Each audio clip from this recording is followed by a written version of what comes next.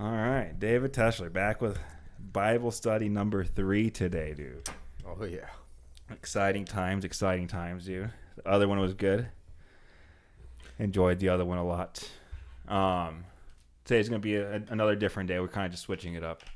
You're coming with the subject, then I'm gonna come up with the subject, and then we'll kind of just go from there. And I kind of want you to lead off today. That way, All right.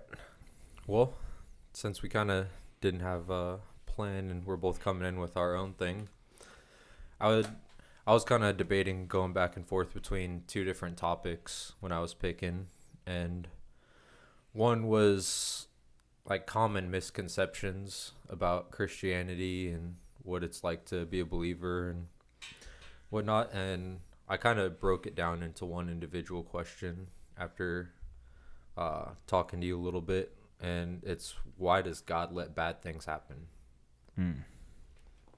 And it got me thinking, because I think it's one of the biggest questions that's asked out there. Like, if God's real, then why is there so much evil? Why is there world hunger? Why is there rape? Why is there all these terrible things? And we've all gone through our own personal trials, tribulations, and like ask God, like, why me? And it went back to a Bible study that I did with a group of friends a year ago. One of my first ones that I kind of like led was the book of Job. Are you familiar with the book of Job at all? Kind of, sort of. So it's one of my favorite books, but the crazy thing is most people take it by surprise because it's not a happy book. It's about, to preface it, it's about, it talks about how Job is a righteous man, and God is saying that in this meeting in heaven. And there's like the accuser up there too, who says, like, would he be so faithful if his life wasn't so easy? And God just stood by him being righteous. And so it ends up with him essentially losing everything between his family, like his wife and kids, his land, his money, everything. And for no reason, because God was just on his behalf saying how he's righteous and faithful. And he has 3 friends throughout the book, I believe, that all talk about like different ideas on why that's happening to him. And they have a debate between, is God just? Like, does God run the world off justice? And I'll start by, do you think God is just and that he runs the world off justice? What's like justice? Like good and bad, like good and evil? Like punishment? Like, you sinned, so these are your consequences, and you only get that punishment because it's something that you did. Yes and no.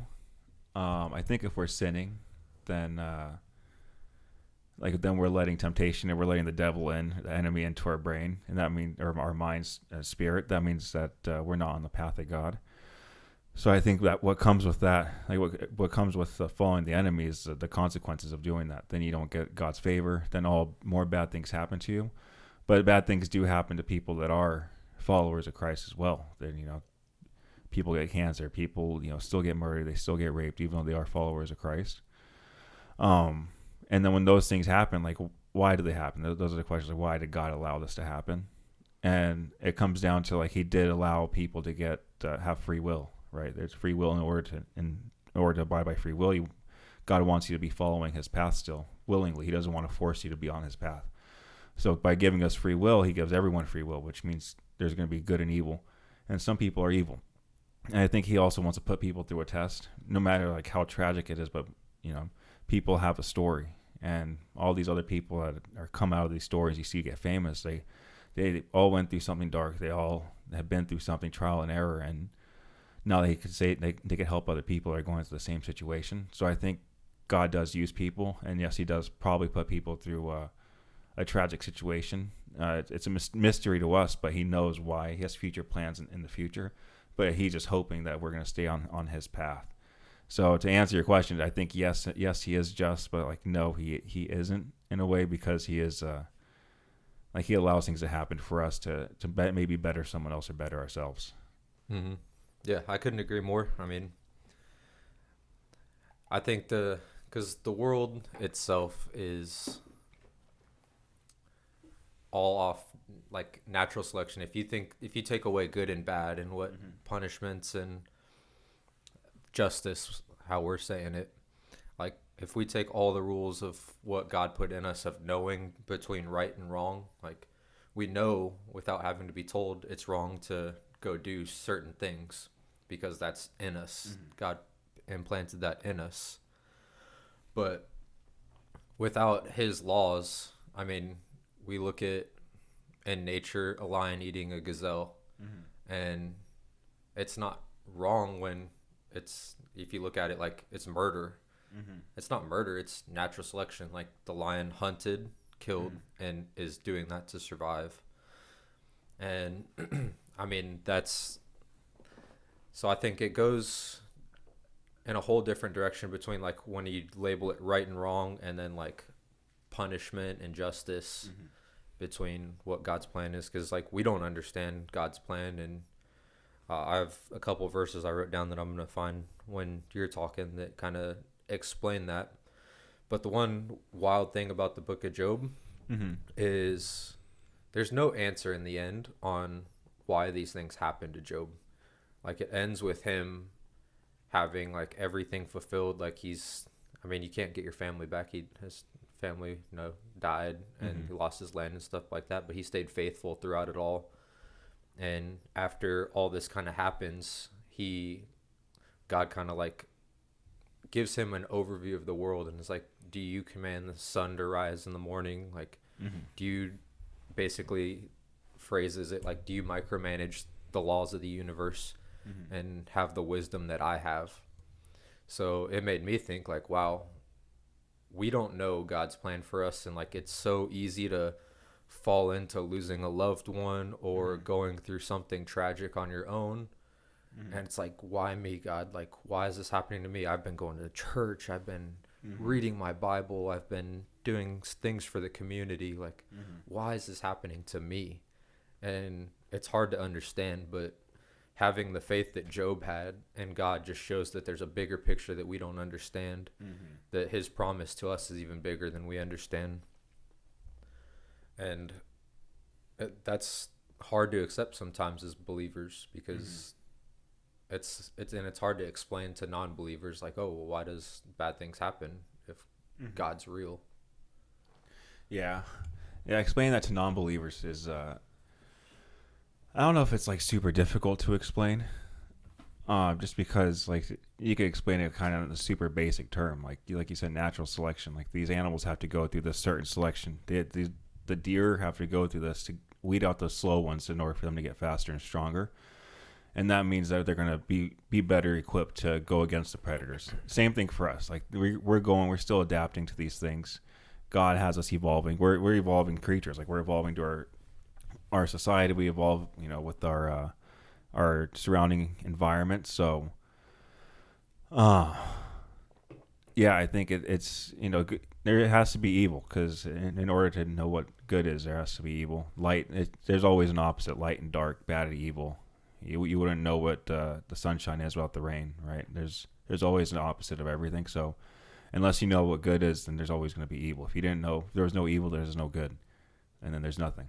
So I think evil is necessary in order for it to be like a balanced world, balanced life. So like why they ask why it's a necessary thing for us to have, like good and evil. There needs to be a balance. It can't just be all good all the time, and then we'll be in heaven. Like then there's no purpose for us really to be doing anything.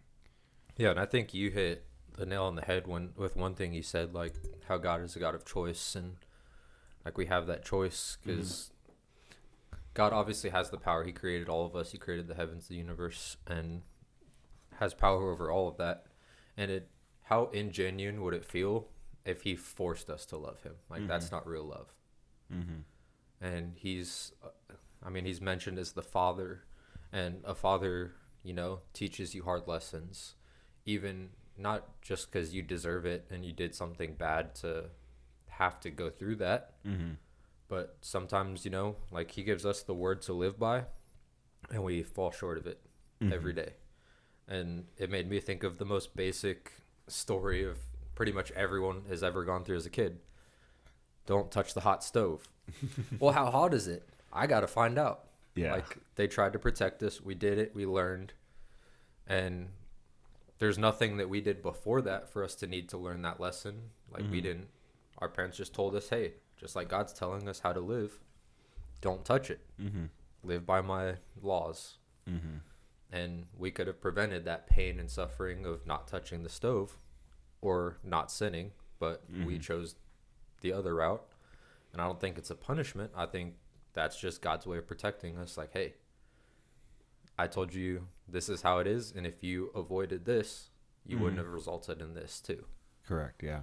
Yeah. It's all about lessons and things you learn. God's always like we talked about this, I think, last time too. Like, He's always teaching us something new. He always wants us to learn something, always evolve, always gain wisdom. And wisdom. I think we talked about this the first time. Watch out what you pray for. You prayed for strength, and you got strength in a completely different way than you probably thought you were going to get it. You get the opportunity to be strong. Yeah, I'm just pulling up the Bible verse. Oh, you're good. Yeah, He'll put you through the ringer. If let's just say, for your example, you pray for strength. Like, what do you want? You want mental strength? All right, I'm going to make you mentally strong. The only way to make someone mentally strong is to put them through a mental workout. And how long is that mental workout God's going to put you through? You don't know. But when He decides that you're strong enough, then you're done. So, yeah, dude, I think mentality is good. I'm just waiting for you. Oh, you're good. I mean, one of the best verses that I found on this kind of topic is Romans 5:2-4. It says, and this is the NIV version, makes it a little easier than the New King James from my Bible.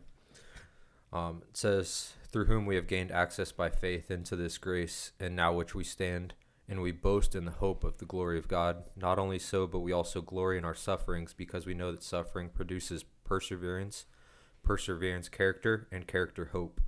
And hope does not put us to shame, because God's love has been poured out into our hearts through the Holy Spirit, who has been given to us. So it literally tells us that through the suffering we produce perseverance, character, and hope, which, I mean, some of the hardest things that like I've gone through in my life are during like my biggest points of faith where it might have felt less deserved. And I might, if I wasn't so strong in my faith at that point, I think it would have made it so much harder for me, like back if I went through it 5 years ago. 8 years ago, 10 years ago, because now, like, as hard as it is to deal, it doesn't soften the blow. I have a bigger understanding. I see it from a higher view of, dang, this sucks, but God has a plan that I don't understand right now. So I like look for what I'm supposed to get out of the situation and what I'm supposed to learn. Or where I'm supposed to go from it, because sometimes it just closes a door and opens a new one.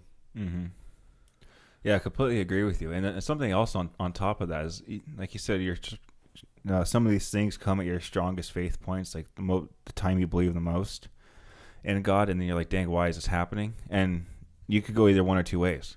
You go, the victim mentality is, why is this happening to me? Like, what can I get to? Like, why me? I'm doing all these great things. Or what can I learn from this situation? Many times a lot of people they think that they go to that first route. They think that just because they follow the Bible, they go to church and all these things, nothing bad's going to happen to them. And then they're wondering why me? And they go back to the victim mentality is like, why, versus like, what can I learn from this? And the enemy usually strikes you when you're at the highest point to test your faith. And God wants to test your faith too. It sounds like in Job, he wanted to test Job's faith. So He brought Job down to the bottom of the mountain, took everything away from him, and tested his faith to see if he's willing to work his way back up, from the ground up. And it looked like he was willing to do it. And then God showed him, like, hey, this is the reason why I did this. So I completely agree with you, dude. I went, when you're really strong in faith and something bad does happen, you could either rely on your faith, look at it from outside view, what's going on, who is this going to affect? Like, what can I learn from this experience? How can I take this away and not only better myself, but better the people around me? Or you could sit there and whine and complain and do nothing about it. And when it happens again, you're back in a situation versus learning from that situation. Yeah, I completely agree with you on that. Yeah, it made me think, like, we get so caught up in our life here on earth, and it's crazy because, like, this life isn't our home. Like, this place isn't our home. Like, Jesus didn't die for us to be happy here on earth and be fulfilled with earthly things. Like, he died for our sins to be forgiven, to go to heaven, and that be our home. And Romans 8:18 is another good part of it, where it says, I consider that our present sufferings are not worth comparing with the glory that will be revealed in us. So it's so easy to get caught up in life and it feel like it's such like a permanent thing when you go through such a hardship that it feels like you're never going to get over it, you're never going to get through it. But like, our promise is so much bigger than our day-to-day here.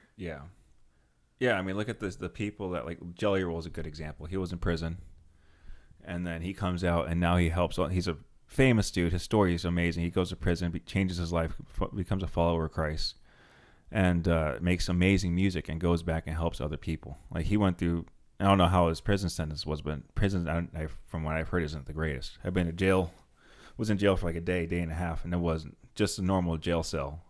There was a bunch of people in there, but it was not pretty at all.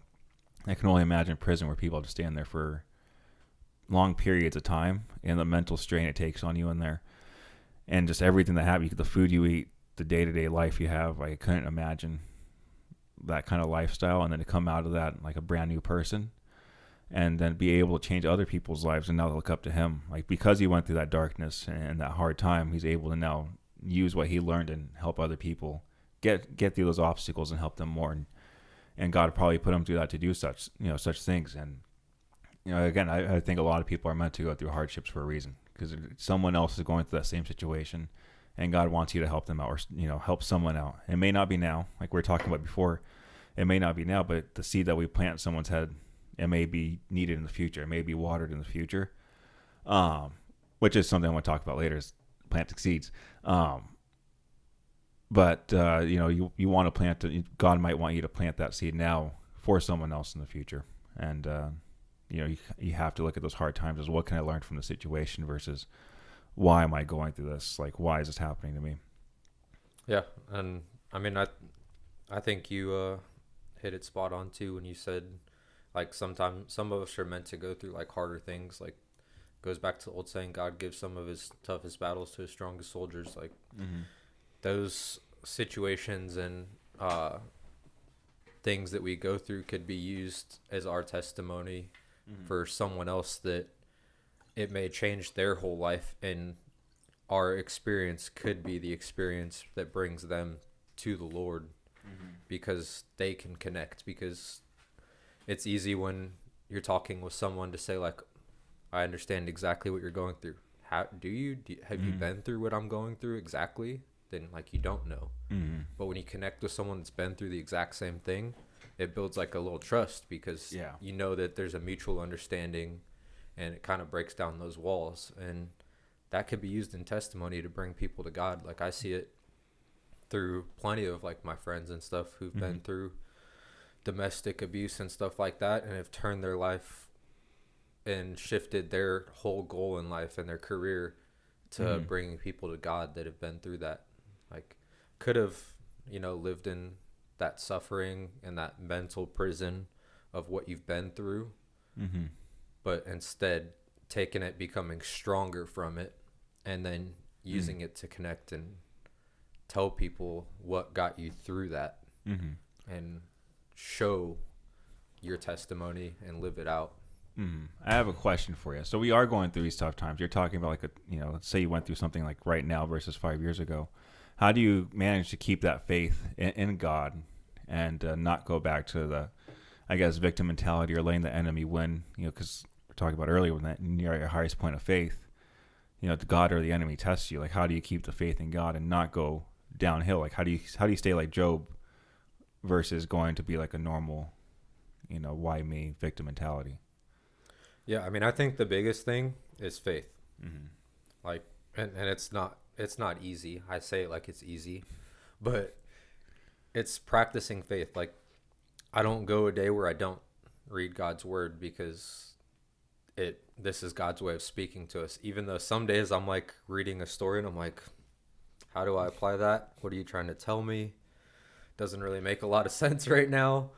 Like, between that and like having genuine prayer and making time for God in the day, like it makes you feel connected because, I mean, just like any relationship, like me and you didn't talk for 5 years. Like, we're not going to feel the same connection when we get back together and like have a chat. Like, you have to be committed and believe in that end goal and trust in God's plan and know that there's something that I don't see right now.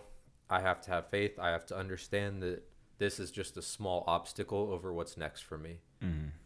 And again, I make it sound like it's just so easy, and it's not. But constant prayer and the practice of prayer.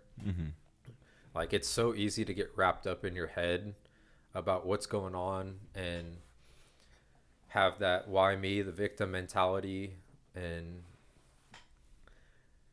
just want that like pity almost, and make excuses for everything because of that. Oh, I'm not going to do this because I don't feel right, or I'm sad, or whatever it is. Like, you have to have that mental fortitude, and it doesn't come by just sitting around, and it comes with community.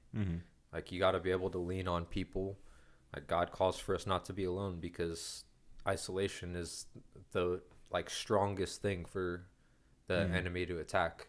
Because when you're alone, you're way more vulnerable. Like, it has scientific health effects on like blood pressure and stuff when you have like that loneliness feeling and stuff like that. So it's about being surrounded by people that are going to uplift you, but also having that relationship with God too. Yeah, you said a lot there. It's a lot to unpack in that whole thing. So when you say practice prayer, like, do you put time aside? Like, is there like a devoted time every day you pray, or is it you just set a time in the morning? Like, hey, I'm gonna pray before I go to work, or I pray I'm at work, or I pray after work. Like, how do you set? Because you talked about setting time aside to pray, and then on top of it, like, how do you practice praying? Like, is it like do you switch it up every time? Like, what do you do to practice praying? Because praying is a big it's a big thing when it comes to faith, because you're talking to God and you're asking Him for something. And what you ask for, you kind of have to be specific, because if you ask for strength, like you're talking about before, what kind of strength do you want? You want the strength that I think you need? All right, I'm going to put you through something that could be completely different than what you're wanting. So, like, how do you set aside time? Like, do you set aside time, and then how do you practice prayer? Yeah, great question. So, I mean, there's definitely some like consistent, I won't even say like actual times, but right when I get out of bed in the morning, as soon as my feet hit the ground, I drop to my knees and I pray. Thank God for giving me another day, because I want to start my day with gratitude. Is that first prayer just like a basic one, like just thank you, or is that like a more intimate one? Yeah, so the first one is more like, Lord, thank you for giving me another day and opportunity. I ask that you, guide me through this day, help me to be better than I was yesterday in my shortcomings. If there's like something specific to the day, or a family friend or something's going through something, or an event's happening, like, I can add those things in, but typically it's just I start and I end my day. So right when I get out of bed and right before I get into bed with a prayer of gratitude. Thank you. Thank you. I try not to ask for too much other than, hey, help me to be better tomorrow for you. Yeah. Forgive me of my sins. Like, just little things like that. But as far as like the practicing in prayer, it's not practicing how you pray, it's practicing when you pray.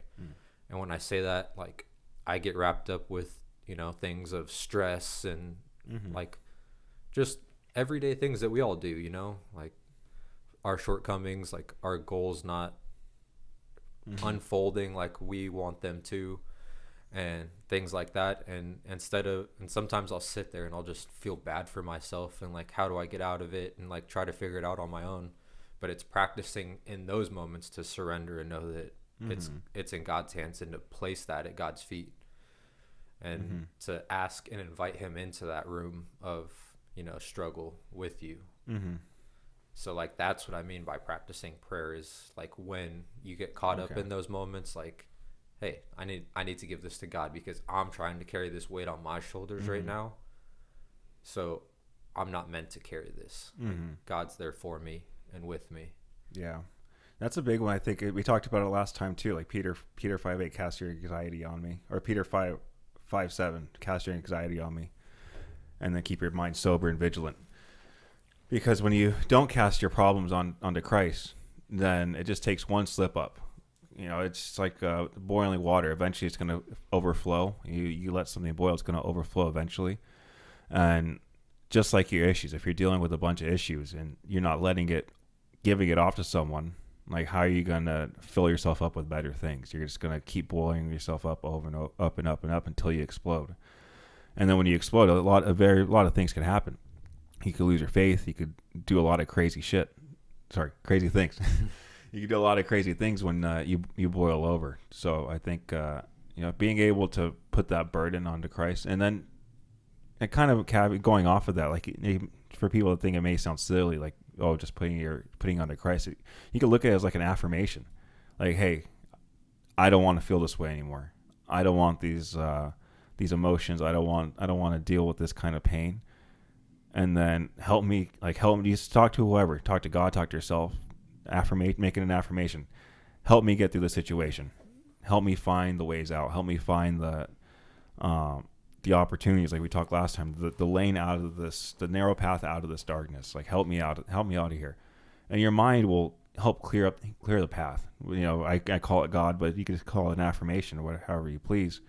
And you're gonna find your way through. Like there's gonna be a way, and if just by clearing your mind of those emotions, the negative ones, it'll be easier to find that path. And I give all my issues to God. Like if I'm upset, I'm like, hey God, just take this pain away, help me get through this. Show me what I need to learn from this situation, and then that way I can move forward and better my life. And I think if a lot of people were to take that and really use it, and again, they have to follow the word and have faith in the word that's going to work. If you don't have faith, just kind of saying cookie cutter, like, hey, I don't want to feel these emotions anymore, and just kind of really don't believe in it. Like, hey, I don't want to feel sad. Like, of course, no shit, no one wants to feel sad. Mm-hmm. But if you have faith, like, hey, Father, take the sadness away from me. I have my faith in you. I have my faith that you're going to help me through this situation. I know you'll guide me out of this whatever I'm going through. And if you have true faith, you're going to get through that situation. So I don't know what we were talking about. I know it had to deal with faith, putting your faith in Christ. Oh, it was about prayer.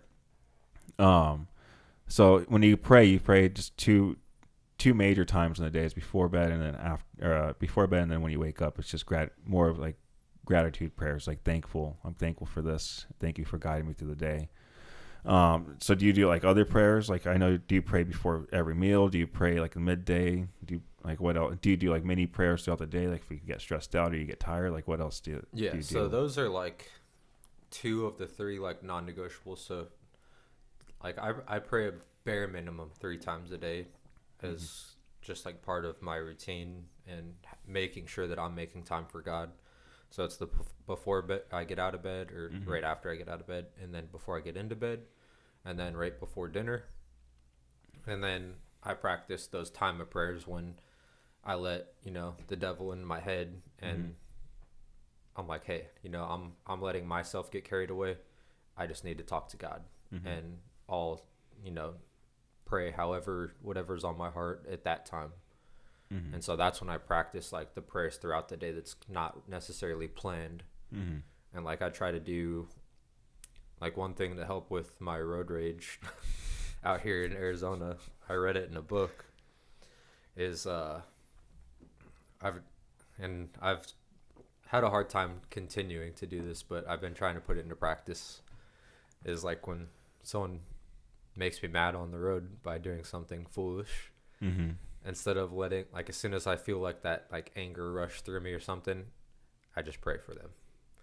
Yeah. And, dude, that's hard. It's hard to love your enemy, and, like, how God calls us to, in, like, those situations when you get that initial blood rush of just, like, getting fired up about something. But then, like, I've realized the change in, like, my anger overall because of, like, having that perception, because then I let it unfold into other aspects of my life. Like, things feel so personal sometimes when it's not. Like, sometimes you're just the garbage bag for someone to just dump their crap on. Mm-hmm. And you were just the first person there for to unload. And like, we know that doing door to door, like sometimes you just run into someone having a terrible day, and they'll just tear you apart. And then once they calm down, they'll be like, all right, you didn't deserve that. And some people don't realize that and never do, but some people do come around like, all right, like, I just kind of unloaded on you for no reason. And so when you just like put yourself and turn that situation around, like, hey, God, I don't know what they're going through. Maybe they have a kid in the back that needs to be rushed to the hospital, or they're not focused because they just got some terrible news about something, and they just got off a phone call and swerved a little bit. Like, yeah, we don't know. Yeah, what's going on in the car? And like, it's so easy to get wrapped up in ourselves and that victim and make it feel personal, but it's not. So just praying for them, like, hey, I don't know what they're going through, but I hope that if there's something going on, that you just lead them to you and you get them wherever they are safely, so they don't keep doing stupid things they are right now. Yeah, dude, that's powerful though. Like praying for your enemies after, like right when they piss you off, because what that does for you is, like you said, it lowers your anger level. And imagine if you're in front of someone, they do something stupid to you, like they piss you off, they push you, they, let's just say they say something that pisses you off, and you allow that anger to, overflow and don't control it. Like, what, you could snap at any moment. Like, you could hit that person, you could do a lot of damaging things, you could put yourself in jail, which could ruin your life depending on what you end up doing. But if you pray for them in your head, it doesn't have to be out loud, just, oh, God bless you, I hope you have a great day. Just something super super small. It doesn't have to be anything crazy. Like, Yep. I hope God blesses you and heals you. I hope he does. You could say it even spite, because I've done this. I do this before. I do this on the road too. I'm like, oh, God bless you. Oh, God bless you, dude. Oh, you're so lucky. I'm happy right now. Yeah. And then when I'm angry, I'm like, oh, I still do the same. I clench my fist. I'm like, dude, God bless you. God bless you. I try forcing myself to do that. And it's hard. Yeah. Because I like, it's fun. It's easy to get angry. It's easy to allow the enemy. And I guess that's like life, right? It's the path of God's not easy. The path of Christ is not going to be an easy path. The easy path is following the path of the enemy. Being a lazy person, lazy-minded, being a slave to the enemy. If you're working hard, you're going to, like, one way I talked about this last time, work hard, become a leader, be lazy, become a slave. Yep. You could become a slave to the enemy. It's an easy, lazy life, or you could be a leader through Christ and take the hard road and, manage your way out of these things. And, again, I keep losing. I go on these little tangents all the fucking time about random things.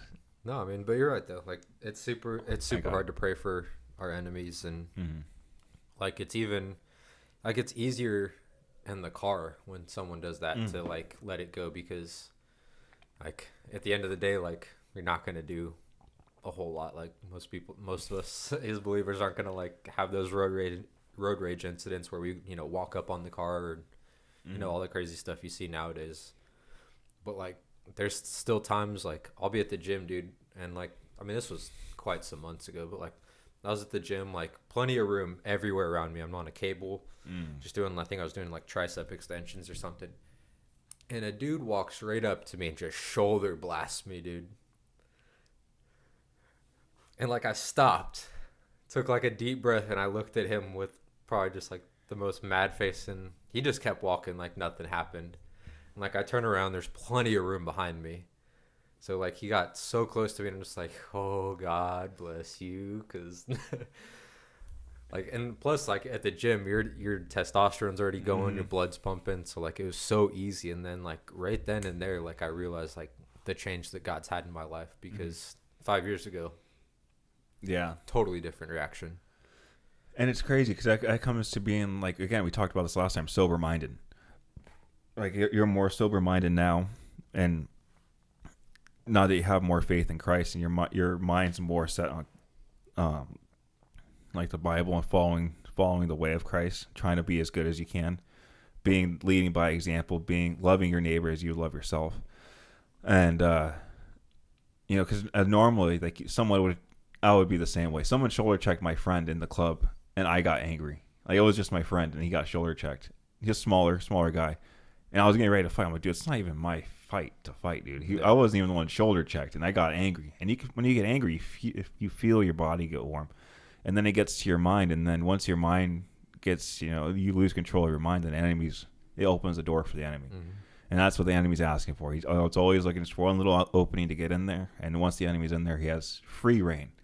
Because we're not that strong mentally. We're very weak. We're very weak alone. We need to have some sort of faith. Like, if most people that have faith are the most strong-willed people, because they could put their burdens on something else. So when dealing with like these situations, like, it's just like having the faith in God, knowing God's going to help you out through all this I think it's key for everything. Mm-hmm.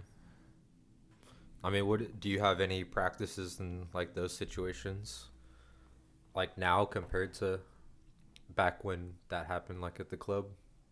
Oh, dude, I do. Like, I say, oh, God bless you, because you don't want to let the enemy get into your head, dude. Because once the enemy gets in your head, like he says, it says in Peter, he'll devour you, ready to devour you, and just to devour you, just to get you off God's path. Because once you're on the path, you could be going so well on God's path, but then you go, bam, just a little bit to the left, and then you're on the enemy's path, and that could be a way harder path because you're going right back downhill. You're going back to the enemy's lane, which is on the lower level. It's Christ is the path of Jesus, the path of God's gonna be.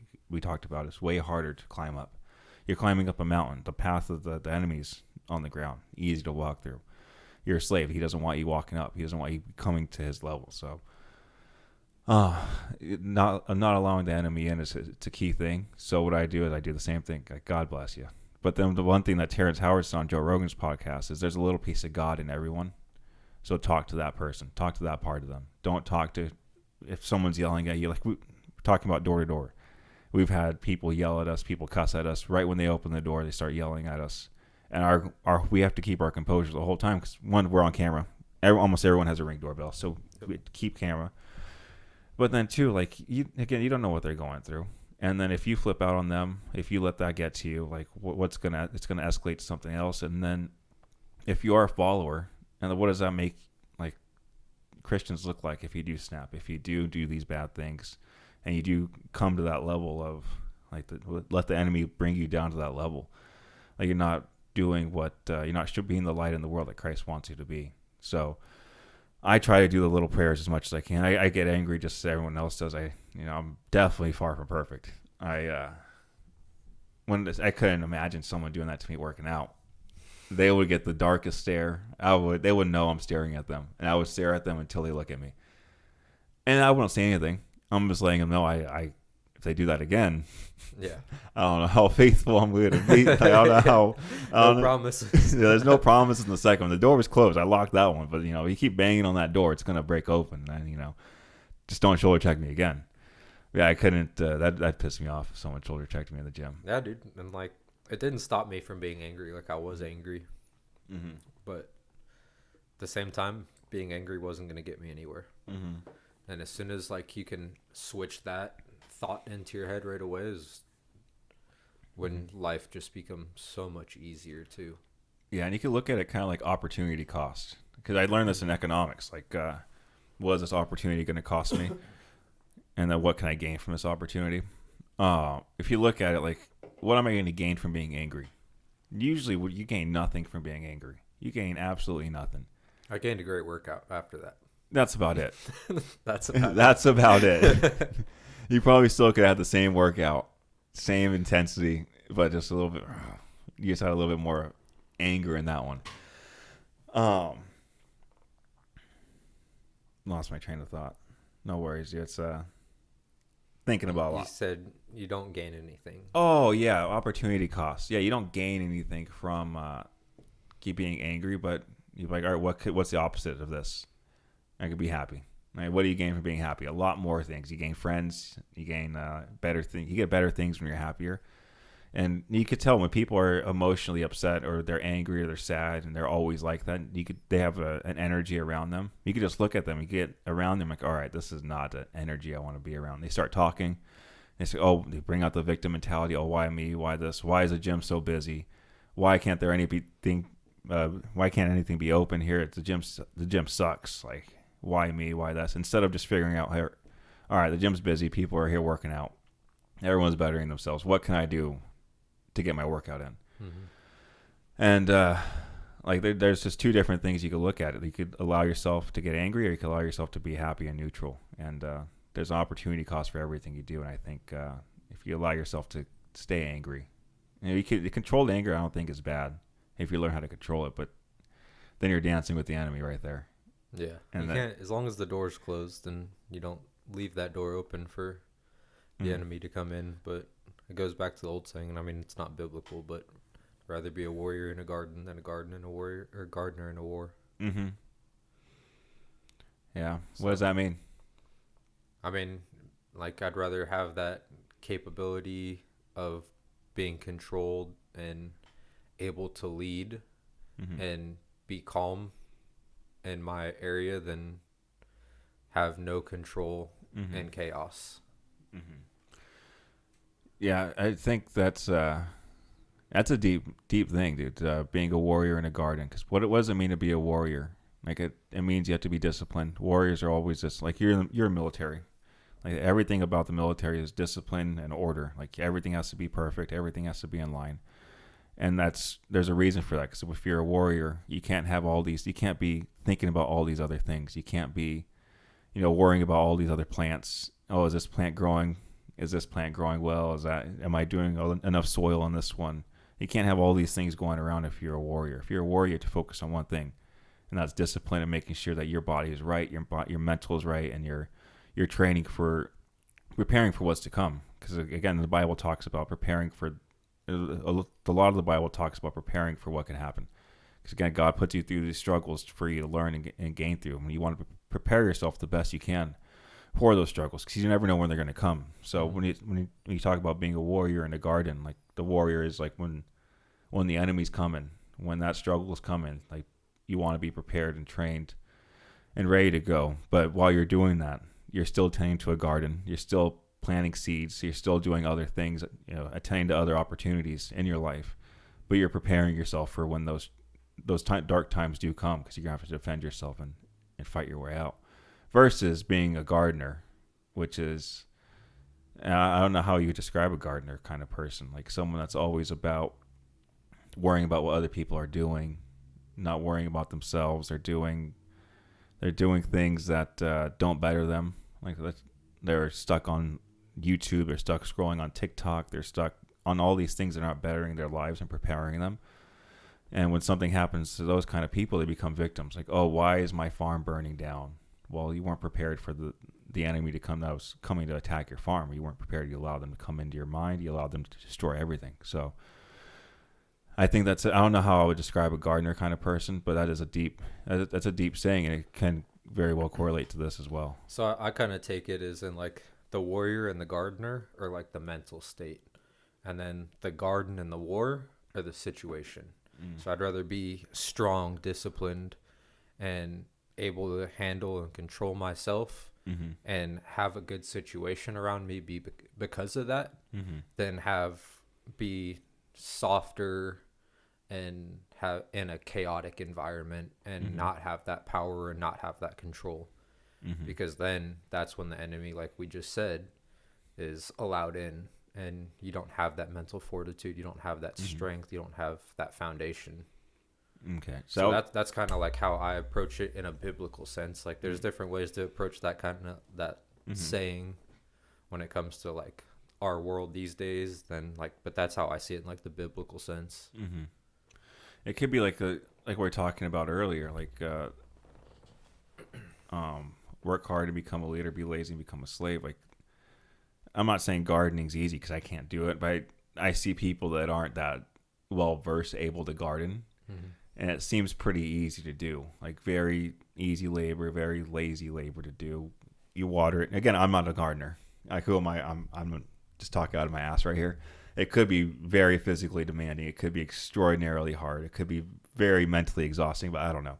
I'm speaking from an outside view. It looks pretty freaking easy. You look at the plants, you talk to them, you give them a little bit of water, you make sure the soil's good, bam. Come back the next few hours, water it later. Versus like being a warrior, you have to have that discipline and everything, and to be like following the path of Christ. And a path of Christ is going to turn you into a warrior, because you're going through these hard things, you're going through these struggles. Because to learn how to fight or learn how to do anything war related, it's going to be difficult. You have to learn new things, learn new tactics, and it's always evolving. So you always have to evolve with it as well. Versus being a gardener, which is very, very base level knowledge. Like and almost anyone could do it. Again, outside looking in, almost anyone could be a gardener. Anyone could water it. Anyone could tend to a plant. But not everyone can be a warrior. And I think that goes with the enemy and following the enemy's path or the devil's path versus following God's path, which is the harder path to follow. So I think that's a good saying. I like it. And I mean, I think it comes like you don't become a warrior through not having perseverance. Mm-hmm. And like, I mean, just simplified, like, again, don't know if gardening's easy or not, like not picking on people that garden, but just in a general sense, like a warrior, you go through, training, you go through trials, you go through, you have to persevere, you have to become physically, mentally strong. Mm-hmm. And have that control over your life compared to a gardener who, you're more isolated and, you're just focused on the task in front of you at hand, mm-hmm. which being a gardener in many aspects is a great thing. Like being a gardener, like for God, where you're planting seeds of, mm-hmm. faith around and stuff is, so valuable. And like mm-hmm. God uses us as gardeners in a way. But just taking our situations and showing the world how we're set apart as warriors, mm-hmm. Through the things that we go through and how we handle situations that make us angry, I think shows like the true faith of Christians, mm-hmm. when we don't react the same way as people expect us to. Because back in the first episode we talked about, like, the best reaction is no reaction. When mm-hmm. you try to get a reaction out of someone and they don't give that to you, mm-hmm. you're like, what's wrong with them? Not like what's wrong with them in a bad way, but like, why are they different? Why didn't that work? Okay, so now you brought that up. The Olympics just happened, the opening ceremony. They mocked a painting, but it was a painting of Jesus and the Last Supper. But they also brought out the silver horse. They had a golden calf. I didn't see the golden calf, but they had some guy's balls were hanging out of his pants. It was just a whole chaotic mess. Bunch of transgenders, mockery of Christians. And it doesn't look like they do this. If they were to do this to Muslims and let's just say they made Muhammad and put a face on him, how would their reaction be versus what Christians did? They would never do that to Muslims. They did that in South Park, and the episode got banned. You can't find that episode anywhere. So, like, is it? I guess it kind of goes back to the beginning. Is it just to not do anything and not speak our mind and let them keep doing what they're doing and walking over the Christian faith? Because that's what they're trying to do, is walk all over us. And the Christian faith is about tolerance, but it also talks about like defending yourself. God talks about the Old Testament. All these kings had to defend themselves. They had to defend their temples, which is, your temple is your body, your mind, and your spirit, everything, all three of them. And, is it, should we just stand by and not do anything? Or should we, because there has to be at some point, because right now it doesn't seem like we're doing much. I don't see anything. I don't see any protests. I don't see anything going on. But if you were to do this to any other religion, which they wouldn't, there would be riots. Let's say they did it to Muslims. There'd be riots in the streets. There'd be a lot of things going down. So are Christians, I guess, too tolerant to what's going on in today's age, where they become a mockery and they're mocking our faith, our God? Because that's like the biggest thing that one of the biggest sins is don't mock God. Don't blasphemize God. So are we then in return sinning because we're allowing that to happen, allowing that to be allowed to be put in the minds of people? Yeah, I mean, that's greatly worded. I think Christians react differently than that the world doesn't see, compared to like having riots and stuff like that. Like, that's not something that Christians do, no, I don't think that we should tolerate that.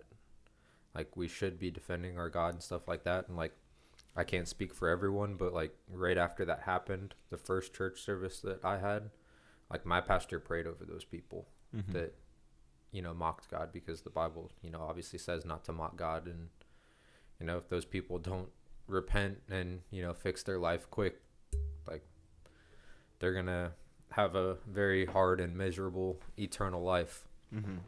So, I mean, like, I think we're not meant to tolerate everything. Like, even Jesus in the Bible, you know, flipped tables, and you know, he was a human. Like, he had reactions and stuff like that.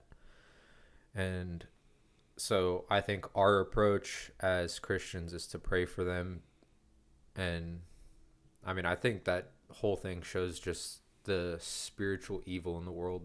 And honestly, it strengthens my faith, because when, you know, they, like, if they attacked Muslim stuff like that, like, they would be canceled. But it shows the evil in this world, that they're only going after, like, the God that, like, we believe in as Christians.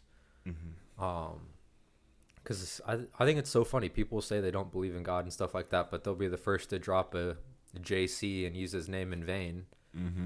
And it's like, well, you know, for someone who doesn't believe he exists, like, you should use his name a lot and talk about him a lot.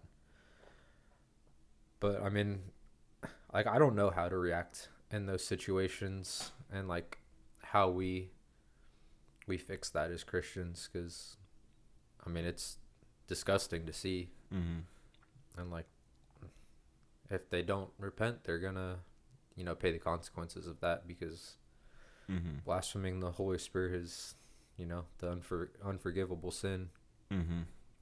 But even if you repent, like they did, even if it was just actors, like it could be, it might not even be the actor's fault. They were probably just getting a paid gig for that. But it's like, I think it might be the people behind it who made the ceremony. Because the people are just people. Like the dudes they're just, they dress up as women. Like they're probably mentally screwed up somewhere. Something probably happened to them growing up. I don't know, but it's good. Yeah, pray for the people that were in it. But the people that coordinated the whole event, they're the ones that are at play here. Because I think the people look at the people, like the actors, the ones that did it, at the ones at fault. But they're the ones that are just getting paid to do it. They're getting paid to do a job. Would I ever do it if I found out what it was? No. But they probably didn't know what they were doing when they got hired to do it. And, you know, is that a repentable sin? Like for those people that did coordinate the whole event, even though they said they didn't think it was, again, a mockery towards Christians, like do they get to repent for that? And then as far as like what to do as a reaction, I think the best reaction that people did was just not watch the Olympics. I mean, that's what else. I mean, they had to issue a massive apology. They had to come out and say we didn't know it was mocking, which bullshit. Yeah, no, they coordinated that. Yeah, it's just straight bullshit, dude. I looked at it, didn't even look at the video. I was like, oh, dude, that looks like the Last Supper. Like that looks so familiar. It looks like, and then the person they had in the middle. Come on. No offense to big people, but Jesus wasn't big. Come on, at least make it somewhat representable. Put a dude in there. Like, come on, at least make it somewhat representable. But I think that's mocking even more. Yeah. Because, like, that's not taking care of your body. That's, you know, like, those have... Being big isn't just, you know, not having control of your eating. Like, that comes with, you know, gut health disorders, which affects your mental fortitude and your attitude. And that opens many doors for the enemy to come in. And then you get people... you surround people and you pinch Christians into, well, God loves everybody, so you can't judge them, and so they try to make it a more accepting thing, which I think is just a bigger mockery. Like they're using, what are they called, the dudes that dress like girls, the femboys? No, the ones, transgenders, the drag queens. Oh, drag queens that they did. Like, all of this is just mocking God, because it says, like, you know, men shall not wear women's clothing and all that. So, like, the whole thing was just a huge mockery of it. And, like, there's no turning a blind eye. Like, at the end of the day, like, my faith trumps all. Like, everybody says there's always a price for everything. Like, I promise if I was offered $1 billion to mock God, no way. Because I know there's way worse consequences. Yeah, $1 billion can't save you from God. Yeah. Like, if you just look at the Exodus, like when Moses has taken out the Hebrews from Egypt. The Pharaoh had everything. He has everything he ever wanted. He's the ruler of Egypt. He essentially runs the world, has best trade routes, has everything, most money, has everything he could ever want. And then he mocked God, didn't let God's people go. And what did God do? I don't know the exact story, but he sent locusts, he sent plagues, he killed the firstborn son. He did everything to set his people free. And the Pharaoh was just mocking God, not letting his people go, testing him.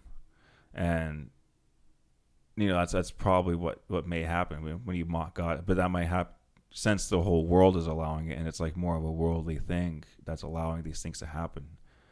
It's a worldly mockery, which means a worldly consequence. Like, stuff might happen that we might not know.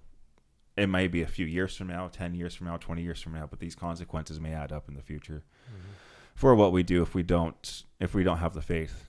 Because a lot of these people don't have faith in what they're doing, and they're willing to mock God. They're willing to, I guess, tease Christians. Like, hey, like you said, everyone's forgiven. True. But if you don't talk shit about God, like, why are you going to talk shit? No one's going to. And if you think about it, if you're going to talk shit about someone, let's say I talk shit about you. But, hey, David's a piece of shit. I'm talking to some girl. She likes you. She's asking about you. Oh, David's a piece of shit. You don't like him. You're not going to want to. He's a bad guy. He's going to put you down the wrong path. He's a gaslighter for sure. And then you found out I said that. You found out I was talking shit. You're not going to want to be around me. You're not going to trust me. You're not going to have faith that I'm going to, have your back when it comes time to. And that's what God wants. He wants to have a relationship with his people. He doesn't want the people to talk shit about him, because I wouldn't trust someone talking shit about me. Like, dude, why are you talking shit to some random person? It shows your true colors that you don't have your loyalties towards me. Like, you're willing to turn your back against me, and we're not even going through hard times. Like, it's just, some random person, and you're willing to turn your back against me. What would you do in a time of chaos? Like, would you still have your faith in me? Mm-hmm. And I think that's how God might look at things. Like, hey, you're willing to talk shit about me, and life's not even hard for you. Like, what are you going to do? Like, the book of Job. What are you going to do when life gets hard? Are you going to still keep that faith? Are you going to still, have my back when people are talking down on me? I think King Solomon or King David in the book of Psalms talks about that. Like, he has, no matter all these people are blasting, talking down on God, he still believes and worships God no matter what. And God wants that kind of faith. He doesn't want that, half in, half out kind of faith. He wants, I'm here for you, no matter what situation I'm going through. And that's it's like, if you look at it like a loyal friend, like, I'd rather have you as a friend than if I worked at a normal job, some coworker that, talks shit to the manager about me. Like, I'd much rather be surrounded by you and people like yourself versus people willing to turn and backstab you in a way. And I think, again, when you talk about blaspheming God, like, he's all powerful. Like, be careful with what you wish for. You're going to talk shit about him. He could do way worse. He did, again, we'll read the book of Exodus. What he did to the pharaohs and what he did to the people, killed the firstborn son. Like, imagine that. You talk shit about God, and he's like, all right, it's done. Like, your firstborn kid, gone. What you love the most, gone.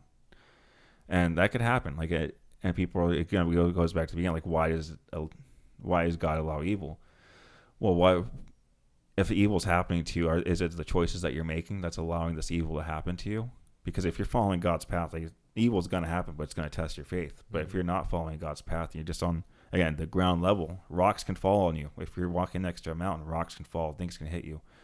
And if you don't have that faith, it's going to hurt. Mm-hmm. So, long-winded thing again. Yeah, no. I mean, I think when you're using the analogy of, people talking bad behind your back and stuff like that, and like, you got to have that trust in them in the midst of chaos and stuff, that no matter what the situation is, that they'll have your back. Mm-hmm. And I can't think of the verse off the top of my head, but it says, like, deny me, something along the lines of, like, deny me in front of the world and I'll deny you in front of my Father. And, like, it made me think, because, like, I believe it was a Columbine story in the shooting when, like, and I hope I'm not wrong about this, but I know there's a story out there because I have never forgotten it since I heard it. We'll say it's a. We'll just say it's a story, alleged story that happened. And they held a gun up to somebody and like asked if they believed in God, and the last thing they said was yes. And then obviously they were shot because of that. And like, believing in God isn't gonna save you from, being persecuted. Mm-hmm. Like, bad things will still happen to you regardless of whether you believe or not, but Mm-hmm. that faith gets you through it. And so it's about having those people that will defend you. Mm-hmm. In your situation, in your example of having your back when you're not around, just like we are meant to have God's back when he's not Mm-hmm. around and not deny him. Mm-hmm. And another thing that we were kind of talking about with that is why I believe God lets bad things happen is like people sell like their souls to the devil, and like Mm-hmm. they sacrifice eternity with God for temporarily living fulfilled Mm-hmm. lives with riches and stuff like that. Like in that example that I gave of getting $1 billion to mock God, Mm-hmm. even if God gave me 10 years to enjoy that $1 billion, it's not worth the eternal life that I have in hell Mm-hmm. for doing that. And so I think sometimes God puts us through hard things in our life to bring us closer to him. Mm-hmm. And I think like some people will be having their best life without believing in God, without going through hardships. And I think that's the enemy deceiving them into thinking they don't need God. Mm-hmm. Because why do I need God? My life is great as it is without ever having to believe in God. Mm-hmm. Even if you aren't a celebrity and making multi-millions, if I'm making 500,000, 300,000 a year, not a Mhm. believer, not an atheist, just doing my own thing, I'm still going to hell because I don't Mhm. believe in God. Mm-hmm. And I might not feel like I need God in that situation. But if God struck me down, took away my job, my house, my family, Mm-hmm. I might be at a low point at the bottom of that mountain again to where I have nowhere else to look but up. Mm-hmm. And so I think sometimes that's why God lets, us go through these hard things. Yeah, I mean, he really wants to test the faith too. Like do you really believe that I got your back? Do you really believe all these other things? I have to go pee real quick. You're good. Fill myself back up. Alrighty. So, sorry about the little pee break. No. And I'll just read a verse that I had too, about having our faith in God through everything is Romans 8:28. Been in Romans a lot, but it says, I'll let you get there. Are you scrolling there? I think I have it on here as well. Oh, okay. So I don't know if that's one of the ones out. No, I'm in Romans 12. But go ahead. Well, it says, and we know that in all things God works for the good of those who love him, who have been called according to his purpose. And then one of my favorites is Romans 8:31, where it says, what then shall we say in response to these things? If God is for us, who can be against us? Mm-hmm. Which is just so crazy, right? Because we believe in that. We have our faith in God that no matter what we're going through, like he's our rock. And like when other people go through those like hard times, when they're going through the rough seas, they don't have a good ship. Their ship's not, they're just on a floating log versus building a ship like Noah's Ark, preparing themselves through Christ. And if you're powered through Christ, like you could make yourself a boat. You could strengthen yourself through Christ by building better things, doing better things in life by having the faith in Christ. Like we talked about last time, my grandma gets cars or she gets pretty much whatever she asks for because she has faith in Christ. But it's not things that she necessarily needs for like personal gains. It's just stuff that she needs for like life to sustain her and build a better life for her and be able to help other people. And she gets most everything she wants. And she's building a better ship. And you could do the same thing as a younger person, start building your ship earlier instead of floating on the little log in the ocean and a storm hits and you're not prepared for that storm. You're just going to flip over. You're going to drown. You're just going to feel like you're drowning. And it's going to take you forever to get your head above water. if you're just on the base level of a float versus building yourself a boat. What'd you end up looking up over here? Oh, I was trying to find this verse that I've read over the last couple of days. It's about faith. It's somewhere in Matthew. How, like you just said, your grandma has so much faith and she asks for these things and God grants that. And like in the Bible, it says, "Ask and you shall receive." But it also says, if you have such little faith that if you say to that mountain, "Move over there," that it'll move over there. And I was trying to find the exact verse, but because I read it over the last couple of days, I just can't remember exactly where it is. Yeah, Jesus talks about just even having a little bit of faith can move mountains. Yeah, but like that's God's example of, if you truly have that genuine faith and that relationship with him, that you believe that he can do these things, and you put your faith in him and you're constantly chasing him and putting him above all, that he will always take care of you. That is true, dude. And no matter, and it taking care of you may not seem like you're being taken care of. I think it was Paul that was arrested, Paul or Peter, one of the P's that were arrested after Jesus died. He was put in prison until the angel came and saved him and got him out of prison. But he was allowed to be put in the most highly secured prison in the world at that time. And God, and people that get put in that situation, like, oh, why am I in this prison? Why am I stuck in this mental box that I can't get out of? Why do these things keep happening to me? And putting that faith in God could come send an angel and get you out of that prison. He could take you out of those chains and get you out without the enemy even seeing. And there's a song, "If you're going through hell, keep on moving," because if you're going through hell, God will help you get out of there. If you're drowning in water, God will bring you above water. He'll bring you so you're able to breathe again. But you have to have that faith in Jesus and God, and they'll pull you out of the darkness. Because it can happen. It happens all the time. There's a lot of testimonies out there, not just you and I, but there's a lot more darker testimonies. People have been through some rough stuff, and they put their faith in God, and God helped them get out of that. God helped them through the situation that they were going through. And if you didn't have your faith in God, a lot of people would go a completely different direction. They wouldn't have that testimony to be telling other people. Again, that we talked about earlier, to get them through that bad situation that other people could be going through.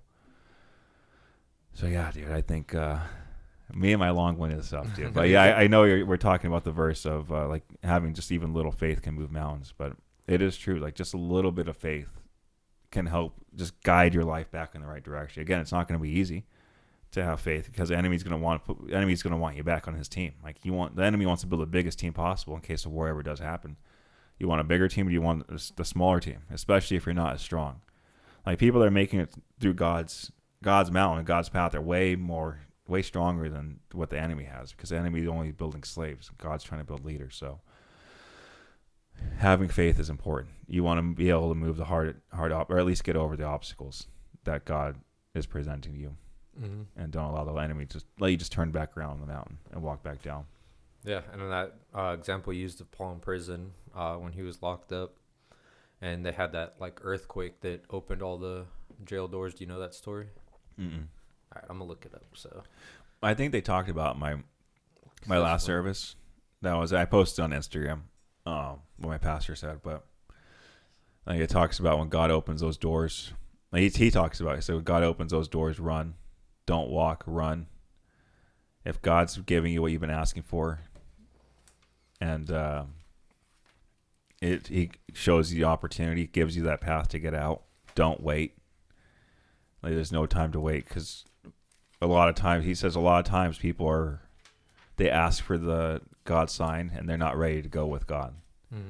They're not ready to get themselves out of that situation. They're not ready to get themselves out of that relationship. They want to stay in that the relationship they've been asking to get out of, and God's giving them the opportunity, and they're not taking that opportunity, even though it's presenting itself to them. They're allowing themselves to stay in the darkness or whatever bad shit they're going through. What are you looking up? The story? Yeah. So when Paul and the multitude, as they refer to in the Bible, was in prison, and we were talking about, like having faith and like praising God through the trials and stuff like that, even when, we're at the bottom of the mountain. Like they were thrown in prison, and it's, for reference, Acts 16, and we'll just start at like 24, where it says, having received such a charge, he put them into the inner prison, fastened their feet in the stocks. But at midnight, Paul and Silas were praying and singing hymns to God, and the prisoners were listening to them. Suddenly there was a great earthquake, so that the foundations of the prison were shaken, and immediately all the doors were opened, and everyone's chains were loosed. And the keeper of the prison, awakening from sleep and seeing the prison doors open, supposing the prisoners had fled, drew his sword and was about to kill himself. But Paul called with a loud voice, saying, "Do yourself no harm, for we are all here." So, a lot to take away from this. Like, these guys are in jail, they're locked up, and they're singing and praising God. One, how hard, like, how much faith could you like imagine having that kind of faith to be praising God when you're wrongfully locked up in prison and shackled up, not knowing what your next step is? But you have to go back to like why they were locked up. They're locked up for teaching the word of Jesus, teaching. I don't know if they were locked. I think they were locked up by Romans or it was Romans. Yeah, Romans, and it's because they were Christians and they were spreading the word of Jesus around, and that's why they got locked up. Yeah. And like God used them as a testimony, because in that day, if prisoners escaped, the guard on duty had to serve their sentence. So like them being put in there for life, it was a life for a life. So that's why he drew his sword and was going to kill himself, until they shouted like, "Hey, do yourself no harm. We're still here." And then once that is, it says, continuing in 29, it says, "Then he called for a light, ran in, and fell down trembling before Paul and Silas. And he brought them out and said, 'Sirs, what must I do to be saved?'"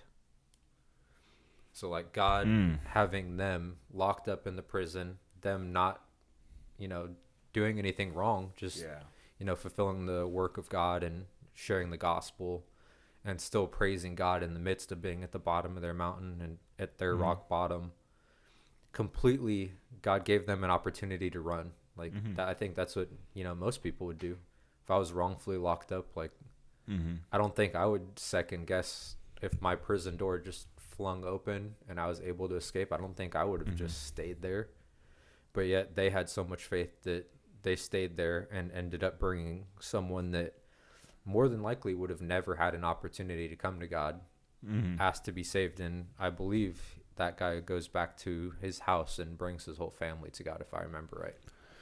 But that could also be said as like a different way as well. Like if God opens it, if there's a door open for you, but that door, going through that door harms someone else, harms one of your brothers or sisters, like that's not a door of God. Yes, the doors were open, everything was open, but that opportunity may not have been God's opportunity. The opportunity could have been that guy up there that's gonna kill himself, because that's were the laws back then. You had to follow it, and maybe it was to save that guy. And who knows? Again, he saved his family. Who knows how many people that one person saved because of that one action of, hey, we're not leaving. We're supposed to, like, we're here to save you. We're not here to save ourselves. And I think that's really the Christian faith too, is saving others and being genuine about it. You're not saving others for yourself. I think we talked about this before. Not saving others for your own self-interest, but saving others for the interest of God, and truly bringing them to God versus, all right, if I do all these work, like we were talking, I think it was in Matthew, like if they're questioning, didn't I do all these burdens? Didn't I save all these people for you, cast away these demons for you in your name? And then Jesus will say, I never knew you. Like that could be the same thing. Like, hey, I'm going to save all these people, and Jesus is going to know me. Jesus is going to save me. Like, I'm going to get the best seat in the house. I'll be right next to God when we're worshiping. Like, I'll get the front row seat. And then you're doing it for like selfish reasons. And those are just like basic levels. But if you're doing it for like selfish reasons, like, all right, if I go feed this homeless guy, maybe God will give me, $20 in return. If I give him $2, maybe I get 10x in return. Or if I tithe this much, if I give 20%, God says he's going to double that 10x it.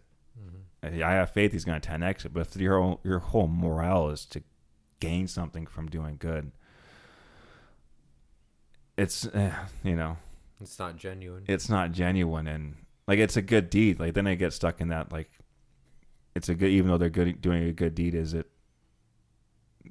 are they Because people, again, I call them like backhanded Christians. I mean this like with respect to them, because I love everyone. But they're like people that talk about the word and then they do something different. They say something or they expect you to be perfect, and they're far from perfect in their own right. And are they only doing good deeds to show that they look perfect and try to match that persona, or are they doing good deeds in order to like fulfill God's promise for them? And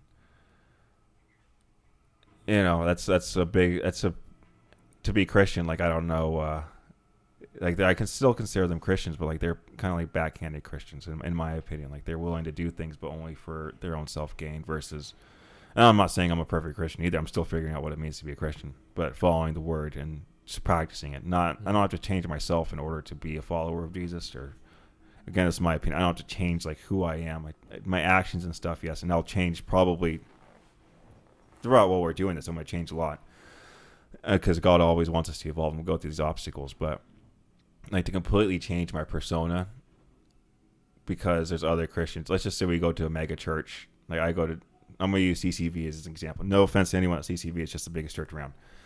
But I go to CCV and I act like this completely different person. My kids are there. I bring all, let's just say I'm a family guy, kids, wife, and everyone. I act like a completely different person there. I put on this persona because I'm a Christian when I'm at church. Christian. Like, I'm this good guy. But then right when I leave church, I'm a completely different person. That light switch turns off, and now I'm my normal person.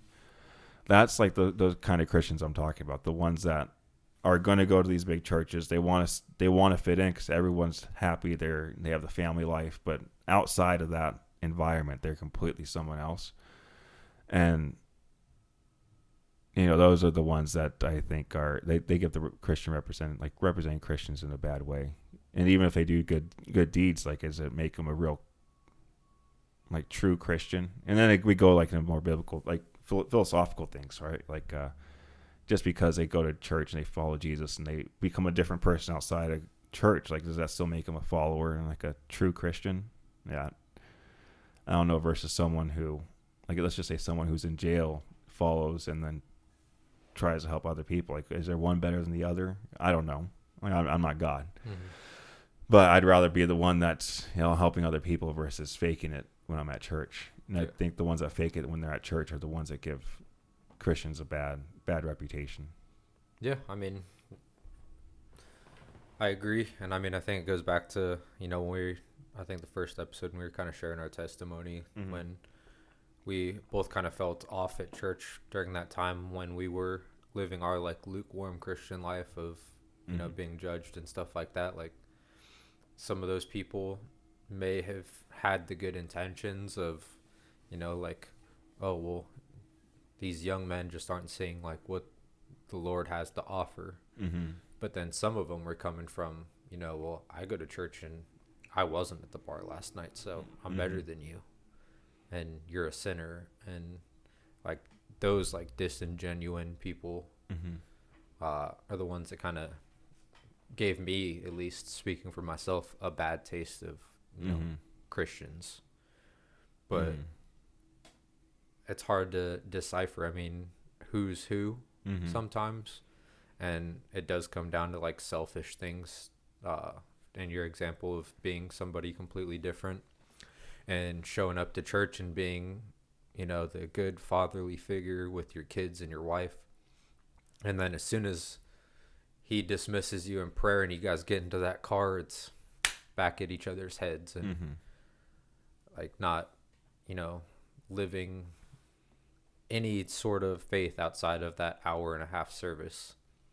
And I think that happens a lot. Like, I mean, it's great that you're in church mm-hmm. and, you're building that faith because it takes time.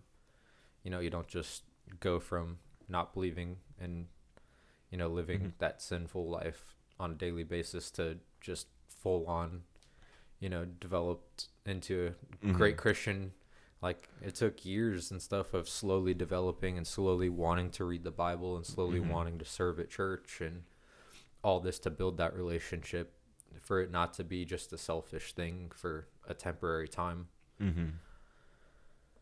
But that's just something you got to practice at the end of the day. And, like, I mean, personally, one thing that is hard for me, and the like selfishness of doing when it comes to church and all that is like tithing. Like I do tithe, Mm-hmm. but it's hard to not selfishly think like, Mm-hmm. well, like, yes, I do, because I do trust like God's gonna, do something with the money that I give, with Mm-hmm. my 10% that I give. But like I always have the same thoughts every month of like, dang, dude, this is, a lot of money. Mm-hmm. And I think of like, oh, do this times 12. This is how much I'm, Mm-hmm. I don't see being used anywhere. And like, just because I see it doesn't mean, obviously, like, I know God's still doing something with it. I still do trust him, but I still have those selfish thoughts of, well, all these people say that God blesses me in abundance, 10x that or Mm-hmm. whatever. And like, I'm like, dang, like, when does my 10x come in? Yeah. But like, and I have to battle with that, like, personally. And like, I have to surrender to prayer and like, hey, like, God, I don't want these thoughts. Like, I do trust you. Mm-hmm. But like, it's hard. Like, that's just personally like my testimony of something that I still struggle with on a Mm-hmm. monthly basis. Yeah, dude, tithing is hard. Like when you look at it and you're seeing, 'cause we have to tithe for two people. So like when we see, we do $100 a week each, so $200 a week. It's a lot of fun. It adds up, dude. It adds up really quick. It's what, $800 a month times that by 12. It's it's a good portion of someone's income, and I struggle, I battle with those sometimes as well. But my thought is like, hey, maybe it's not right now. Maybe it's my job is going to be in the future. He's going to pay me in the future. Maybe all this tithing, just having faith, is like, hey, I'm going to give you the money, dude. Just you're going to get the money. Just help out your pastor right now. Your pastor needs the money right now. Your pastor, he's the one I'm speaking through. So do you want me to keep speaking through them, or do you want to go, try finding someone else that you relate to? Like if you're not going to help them out, like you need to help them.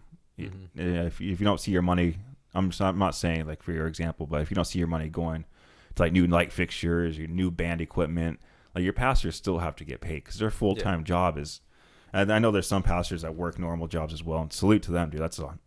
Yeah. Like just coming up with this one Bible study, it's two of us. I didn't even touch any of mine, which is cool. I don't mind. We'll do mine next week. But just for two of us to do like a 2-hour conversation, we're both going back and forth, helping each other. It's hard just to do it once a week. Some of these pastors are doing it Mondays, they're doing Sunday, Wednesday, they're doing a Friday service for prayer, they're doing all these other things. It's a lot of work for these pastors. And then for the band, like, do you want to have a good band? Like, it's people need to get paid to practice. Like, just because they're part of the band and volunteering, like on their days off, like they need to get paid because it's going to cost them time. They might have to take time off work. So when it comes to tithing, like I've kind of changed my mindset. Like, all right, this is gonna help pay for the people that I like to come see. Versus, it's like I kind of look at it like a subscription model. Yeah. Like I'm paying to come. You don't have to pay, but like I choose to pay to come to this church. I choose to pay to help these people out because they're changing my life in ways that I can't explain. God's speaking through them to change me in a different way, and I don't know how I'm changing. But God says in the Bible, have your faith in me, give tithe whatever, and I'll give you your abundance. I'll 10x whatever you give me. So imagine you give, let's just say you give $1,000 a month. You do that for 10 years. It's 100 some thousand, 100 something. Was it 12,000 a year? $120,000. He 10x's that, and right after you do that, you're making 1.2 million. And after you just tithing, you're making 10x, and you don't know when it's going to come. You could win the lottery one day. God's like, all right, I have faith. You've had faith in me. I have faith you're going to do well with this money that I'm going to give you. I have faith that you're going to give back to my church. I have faith that you're going to sow this money to other aspects of life to help my people, because you've been tithing for so long. And then you get to keep the remainder. You just give me 10% of this, 10 or 20%, 10 for tithing and 10% for offering. You give me 20%, you donate 20%, and the other 80% you get to keep. So if you win $100 million lottery ticket, and you only have to give $20 million, you still have $80 million for just tithing for X amount of time. Mm-hmm. And that's how I kind of switched up my mindset on tithing, because it was hard. I'm like, dude, I'm not. One time, dude, bring you a story. One time with tithing. One time I did it super selfishly. I'm like, damn, because my pastor was talking about, yeah, you have faith, God will 10x it, 10x. I'm like, dude, it'd be nice to have a nice 2 racks deposited in my bank account. And I just got paid, dude. I had like no money. I was still living with my mom. I was going through college. I had no money. And I was like, dude, I'm just going to do my whole fucking paycheck. And I was like, 200 and something bucks. I didn't work that much. that week, but no, I think it was like $300, like closer to $300. I was like, that's a lot of money. I was like, I have faith. I'm gonna get God's gonna pay me out. Let's see if I'm gonna test this faith. And I tested God, and I got nothing, nothing out of it. I honestly went. I got upset. I'm like, dude, why didn't I receive anything? Like, why didn't I get a better job? Why didn't I get paid? The $3,000 that you promised me you're gonna pay me. And it took me years, honestly, probably till this year, maybe last year, to think, oh, tithing is like you're paying for the pastor, dude. You're paying for all these other people to give you and serve you this amazing service. They're gonna fill you up with God's joy, and it's worth the penny. Like, it's worth it. And then when I switched that mindset, like before, when I had the mindset of like, all right, I'm gonna get money back from tithing, I was not living in poverty, but like struggling, barely keeping my head above water, paddling, holding the board, just paddling, not even on the board, not even on my little board, let alone building a ship. And then I started tithing differently, with a different mindset. Like, all right, I'm just here to help the church. At my job, I'm making money. God just wants me to help the church out. I love coming to the church. If I could see upgrades happen to the church, cool. If not, pastors could get my money. They could buy themselves a nice car. I don't care. Like, they're helping me out. If they go buy themselves a Lamborghini, as long as our church stays here, I personally don't give a shit. Like, I have faith in God. He'll do whatever he wants with my money. The pastors, they could do whatever. And like, I'm starting to build the ship. Like, everything's like, when I switched that mindset, everything started, financially at least, everything got way better. Like, I have more money now, like, coming in steadily than before. Because sales, you obviously know, sales are always up and down, all the time, up and down. You never know. So now, like, having that faith in God and consistently going over and over and over, and tithing, and having, just not caring, like, I'm just here to help the church. That's really changed a lot in the way I tithe, and like, just and who knows, it could just be my mindset's changed, and it's just to go towards the people that are skeptics of God and stuff. Like, who knows, maybe I'm giving, and because I'm giving, I have to make more money. But I believe that God just, I'm giving, so God wants to give me more so I could give more. And that's just how I look at it. And I'd rather, again, help my church versus help myself gain more money, just so I can not probably tithe it. Because if I probably got that $3,000, I probably was just partying. Because during that time, I was just partying. I was more upset that I couldn't go out that weekend because I spent my whole paycheck giving it to the church versus giving it to a bartender. Because I would have spent the same amount of money giving it to some random person. So, it's changing the mindset of tithing. It's pretty hard. Yeah, it is. And like, I still have that faith. And like, I mean, I'm blessed to be at a church where they do have plenty of, they're very open about where the tithing goes and stuff like that. And during Christmas time, they host this huge event and surprise that's completely free. And they have, a whole worship night and service out at this big park. They get like inflatable slides and petting zoo and like fake ice rink for like a bunch of kids and families that don't have the money to, take their kids and experience. They get like fake snow machines, make it feel, it's called Christmas in the Park. And it's just for families to come that, don't have money to, spend on their kids on Christmas, but still give them, a cool, memorable event.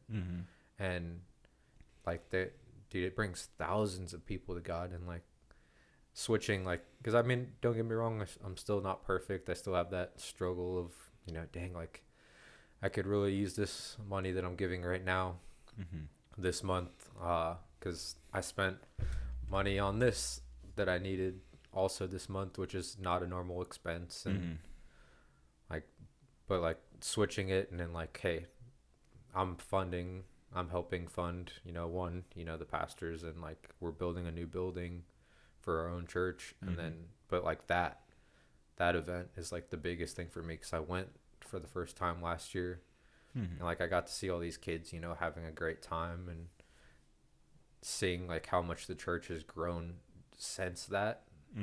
And even if it doesn't grow our church, it's not about that. It's growing that, it's planting that mustard seed so they go to another church. They just need to hear God's word, and maybe there's a church right next to their house that they go to and have a relationship with God. Like,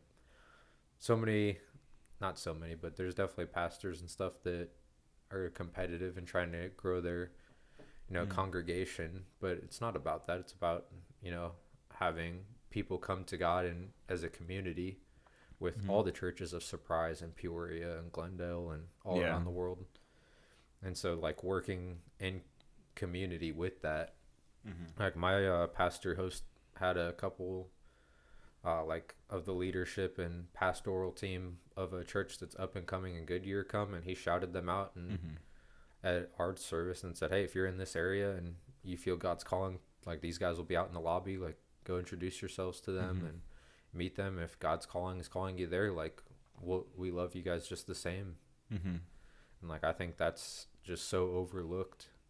Yeah, it is, because like it is all about community, right? Especially when it comes to, I mean, just in life in general, it's all about community and planting those seeds, and like those good seeds, because, and people give Joel Osteen a lot of shit because he's so freaking rich, but the dude's come out with a lot of books. He's who knows how many countless people he's saved, and because he's a good speaker, he's a great speaker. He's a great salesman speaker. Who knows how many people he's brought to God. Like, I've never seen one of his services, but if God wants him to have all these great things, like, I don't know. And this just dawned on me, like, not because I talked a lot of shit about Joel Osteen before, not gonna lie, because I thought it bothered me. I'm like, dude, why the heck wouldn't the one thing that did bother me is he didn't let people in his church when they had the hurricane and stuff. And I was like, dude, why don't you just let them in? Because they said they got the carpets done. I was like, dude, just get them redone. You're rich. You're mega rich. Yeah. But like at the end of the day, if they're hosting like these big events, helping people get to Christ, like especially like what these smaller churches do, they don't have much money. They don't have much to put towards these events. So a lot of it's coming out of pocket from the people that are running the church. It's a big deal, because that does bring, if it brings one person to God, that's that one person. It's worth the money, because it's no amount of money that's worth someone's life. I can't put a price tag on anyone's life, but eternal life with God is the most valuable thing you could have. So spend, like, if these churches spend $15,000-$20,000 for this one event and only a few people get saved, it's a win. Even if one person gets saved, it's a win, because that one person could have, who knows that one person could have done, like that one. I'm not going to bring, I was going to say someone, but it's a very bad character in a different country, led the world astray. But you guys could kind of insinuate what I'm talking about, but just one person could have saved his life. And who knows, and there's a lot of conspiracies about that, but let's just look at like an evil dictator, like killing people for no reason. One person could have he could have been invited to one church event growing up, saved his life, like, all right, I'm going to commit myself to God. And then he could have been a leader instead of a dictator. He could have been saving people instead of killing people. So that saving even one person is worth the money. And when it comes to tithing, and I know a lot of people, they don't want to tithe. They have faith in everything else. They have faith that God's going to take away their anxiety. They have faith that God's going to guide them through life. But they don't have faith in one of the most valuable things on this earth is money. They don't have faith that God's going to supply them with what they need. They don't have faith that God's going to do what he promises. And if God promises it, he's going to do it. Like, if God promises he's going to give you 10x whatever you tithe, like, it's going to happen in God's time. It might not happen in your time, but it's going to happen in God's time. And again, then it goes back to planting the mustard seed, or planting the seeds and everything else, and having the community and being a good community, because community is a big thing. I think that's especially since COVID, it's something that's been taken out of context. And I know we don't have much time. It's almost 2 hours up already. But one of my things is the importance of community is one of the Bible studies that ChatGPT came up with. So I'm going to read Hebrews 10, 24 through 25. And then I'm going to read Ecclesiastes 4, 9 through 12. It says, let us not consider how we may spur one another on towards love and good deeds, not giving up meeting each other as the same habit of doing, but encouraging one another, and all the more as you see the day approaching. Yeah, I need to underline this. It's messing me up reading this. Consider not how we may spur one another on toward love and good deeds. Interesting. I don't know why ChatGPT came up with this. When I read it and it sounded good when I read it out loud about community. But I mean, it does have the one that says, "Do not give up on meeting each other," as same as like a habit of doing is meeting with each other. I think that's what I saw out of it that I liked. Sorry for everyone that had to hear me butcher that. But there's that one. And then Ecclesiastes, 2 are better than 1 because this is the one I like the most. 2 are better than 1 because they have a good return on their labor. If one of them falls, then one of them can help the other up. But pity anyone who falls and has no one to help them up. Also, if 2 lie down together, they will keep warm. But how can one keep warm alone? Though one may be overpowered, 2 can defend themselves. A cord of 3 strands is not quickly broken. So having a community, having people around you is much more powerful than being alone. And I don't know if I brought this up before, but Planet of the Apes. Did I tell you about this? I think we talked about it a little bit in the first one. Yeah, where Caesar has a stick and he says, "Alone we're weak," and he breaks the stick.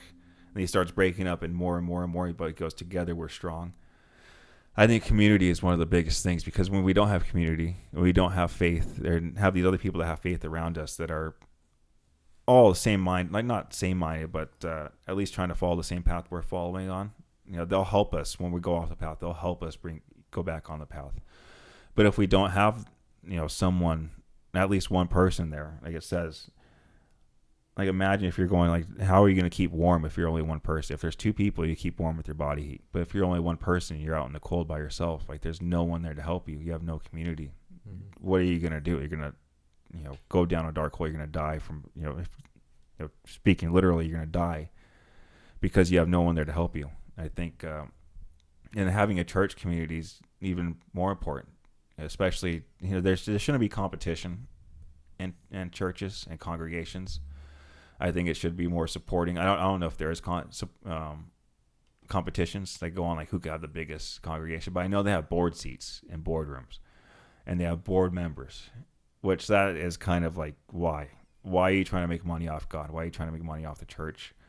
And that's where I don't think that plays a good part in community when you're trying to make money off people and have a turn a profit every year, because then it turns into capitalism, and capitalism in church is the best way to succeed in capitalism is take away your competition, destroy your competition, and get rid of the smaller churches so your bigger church can make more money.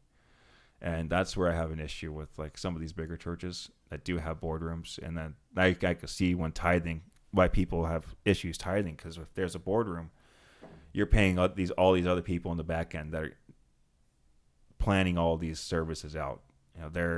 You're filling up these random people's pockets that are investors. You don't know who these people are. They're not your pastors. They're not the ones coming out doing worship for you.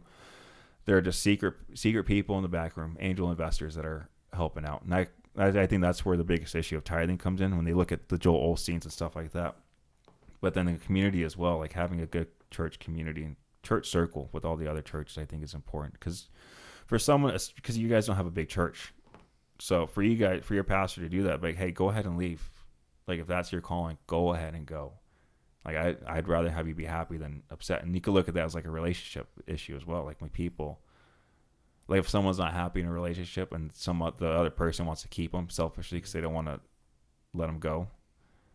Like it's a selfish. Like, let's just say for your pastor, like if for your pastor, you say, yeah, I don't want you guys going over there. They came up here, it's cool, but if you're in Goodyear, you're still coming to my church.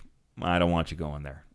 Like that looks bad on the pastor for one, but then it destroys the community, and the people that you have there that want that feeling to go, they're going to leave regardless, and now they're going to bring bad negativity. Like they're going to talk down towards the church or whoever you're talking about, whoever is doing the good either, talk bad about the pastor if he were not to offer that service. But for him to offer that for people that do want to go, like, oh, he gave me a way out, I don't feel bad anymore. But for the other people like yourself that plan on staying with this church, like it builds your faith more with this pastor, because he's willing to let you go. He's willing to set you free to go to another church if that's your calling, versus, no, I want you to stay here. You're staying at my church, dude. David, I don't give a shit, dude. I need you here. You're my laborer. You're the one helping out with the kids. I don't have no one else to do that. They have someone else doing your job over there at that church. You're not needed there. You're needed here. Mm-hmm. So you're staying here. That ruins relationships. Yeah. Because that's forcing someone. It's like we're talking about God doesn't force his relationship. That's forcing a relationship with that church onto you. And I think that's where it ruins a community of churches, is when that happens. Yeah, absolutely. I mean, both the churches that I've gone to the last couple of years are literally like half a mile from each other. I happen to be pretty close with both the head pastors, and I had lunch with the old church, my old church's head pastor, a couple months ago, and we had this exact conversation about how we need to be working together as a community. I was like, we're right down the road from each other. Mm-hmm. Like one church is smaller than the other, but like that doesn't matter. Like if we used, the money, the resources, the outreach that we have through different like social media platforms, through each church's social media, all this, like imagine the change that we could do. And, because they're both in Surprise, like, and just the city of Surprise alone. And then like my church, one of my current church has a lot of outreach on YouTube on like in like different countries and stuff. And I'm like, dude, if we can have like a way to just gather people together and use resources together to just bring people to God and show that it's not a competition, and that if you show that churches are unified and church is one singular place and not, this church and this church and this church, but we're all a community, then that shows like true relationship and faith in God. And I think like that's where difference makers are. And like they ended up having lunch together, both the pastors, like I think a week after. And so, I mean, I have to follow up and see, if there's, because that's something that I felt called to like bring up. But that's good, dude. Like, because imagine what you could do. Let's just say, what are the biggest churches here? There's CCV, and then there's, what's another big church? There's Calvary, what's pretty big. And then there's one more. What's the other big church out in Surprise? Massive church. I'm trying to think. I feel like it's right down the road from mine. Yeah, but there's like 3 major churches here. CCV is a mega church. It's not Redemption, is it? No, I don't think so. It's like the most popular one in Surprise. But if even let's just say the mega churches of Arizona, those 3. Let's just say CCV, Calvary, and then Radiant. CCV, Radiant, and Calvary all partner together. Just them. They're partnering up. They collect the resources. Doesn't mean that they have to use the same pastors.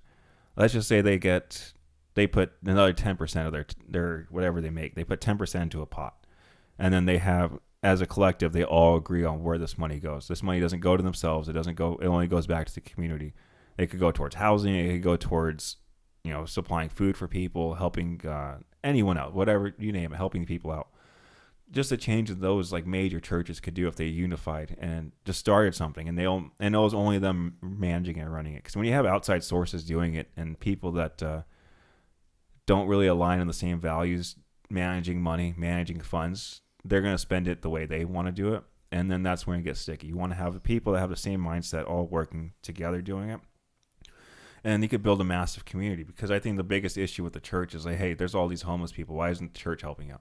And it's always Christians. Like, why aren't the Christians helping out? Christians should be out here helping out. Like, where are you guys at? There's a lot of homeless people. You house them. You guys are Christians. House them. And there's no other religions that really they talk bad upon like that. And I mean, it's kind of like you could do something if you unite the churches together. And I think that's another thing the enemy doesn't want. Like, because it's so easy. We talked about this before. It's so easy to divide, a split family. It's so easy to divide, a split church community. Make CCV go against Radiant. Now they have they're talking 2 different sermons going against each other.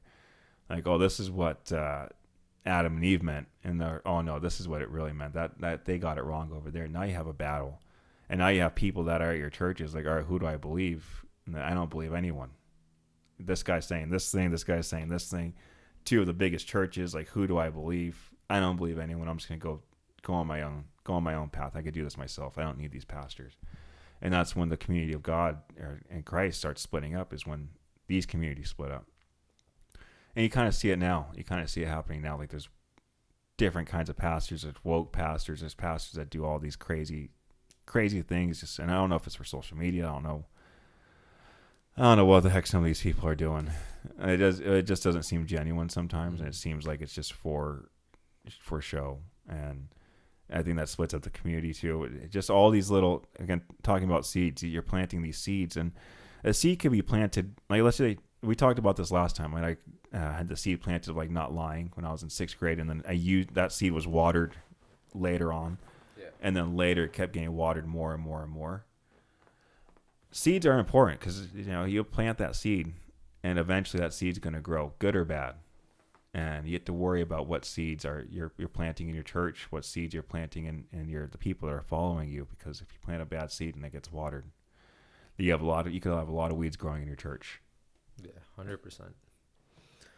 Yeah, man, it's crazy to think that just the possibilities of like something like that happening, of just uniting all the churches and stuff like that. And it's hard to understand why it doesn't happen, because it seems so easy in concept. And I mean, I hope one day it does, because I think it'll grow even current Christians' faith even stronger. Seeing that, like, just how you said, it grows like my relationship and people of like my church's relationship, seeing our pastor invite us to go to other churches and stuff like that, because it's a much bigger picture than my church. Yeah, I agree. And then going to another church, I mean, let's just say you go to let's just say for example, you go to my church this Sunday. Like, hey, Dave, we come to my church this Sunday. You go to my church, see what's going on, be like, oh, we could use this at my church. This is a way we should be doing it, not the way that we're doing it now. You could take bits and pieces from other churches, like, hey, and then give it to your head pastor. But hey, this is some ideas I got from this other church. We can apply it. Take whatever you want, trash the rest, and then it betters your church by checking out another church, or it betters your church by saying, oh, all right, this is exactly what we do not want. I don't want these kind of chairs because this is an issue. I don't want this kind of worship because of this. I don't want this kind of pastors. Like, this isn't a good pastor style because people are falling asleep. People are just not paying attention. Like, there could be a lot of different ways you look at it. But I do think going to church, like, being allowed and given that opportunity, especially by your head pastor, to go to a different church, can strengthen your church in so many other ways. So I applaud him for that. Yeah. Well, in your personal life, since you've grown more as a Christian, what advice would you give in building that community to someone who's new in faith? Yeah, I don't know. To be honest, like, my community of church is like my family. Like, I go to a church where everyone speaks Spanish. So the majority of people speak Spanish to me, and I'm like, I'm still learning. I'm learning my Spanish. I'm not that quick yet. I can't understand. I do that too well, and I definitely can't speak it that well back to you. So I could understand them, but like, I don't have like that deep community. Eventually, like, it's slowly growing, but like, my community of people I talk to, like, is you. Like, I talk to people like yourself, talk to other people, because I like to get more philosophical than versus like just base level reading the story. All right, Cain and Abel. This, this is Jesus said this parable. What does it mean? Like, what does it mean to you? Like, I don't want to do base level. I'd rather have like super deep philosophical conversations about the word, because if you just have base level conversations, you have base level knowledge. I want the deep wisdom this thing provides, and I'm not going to this is selfish, but I'm not going to spend my time reading a book and not take something out of it, especially something this freaking big. Yeah. I'm not going to waste my time and just surface level read it, because if you surface level read it, it's a waste of freaking time, dude. It's a waste of time. Yeah, there's a bunch of stories, but I could tell you Adam and Eve very easily. You don't have to read it. Adam gets, or Eve gets tricked by a snake to eat a forbidden fruit, and Adam eats it too. They get in trouble. End of story. That's essentially the whole story, but there's a deeper meaning, like deception,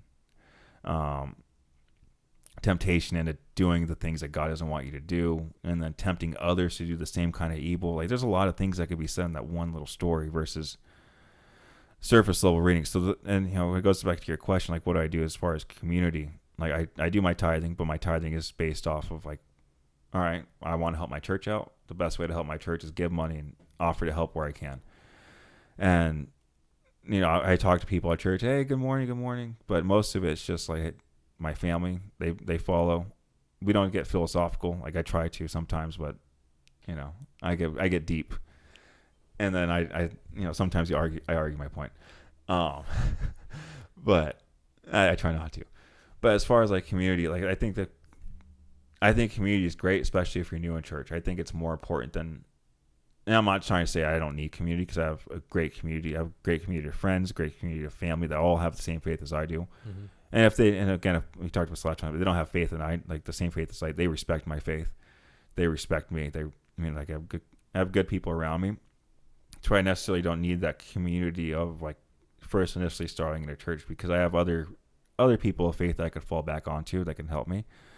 But when you're first going into church, I think it's extremely important to have a good community. If you don't like who you're hanging out with at church, you're not going to stay there. Just like we're doing sales, like if you're doing door-to-door sales, you're more likely to be around a bunch of Mormons.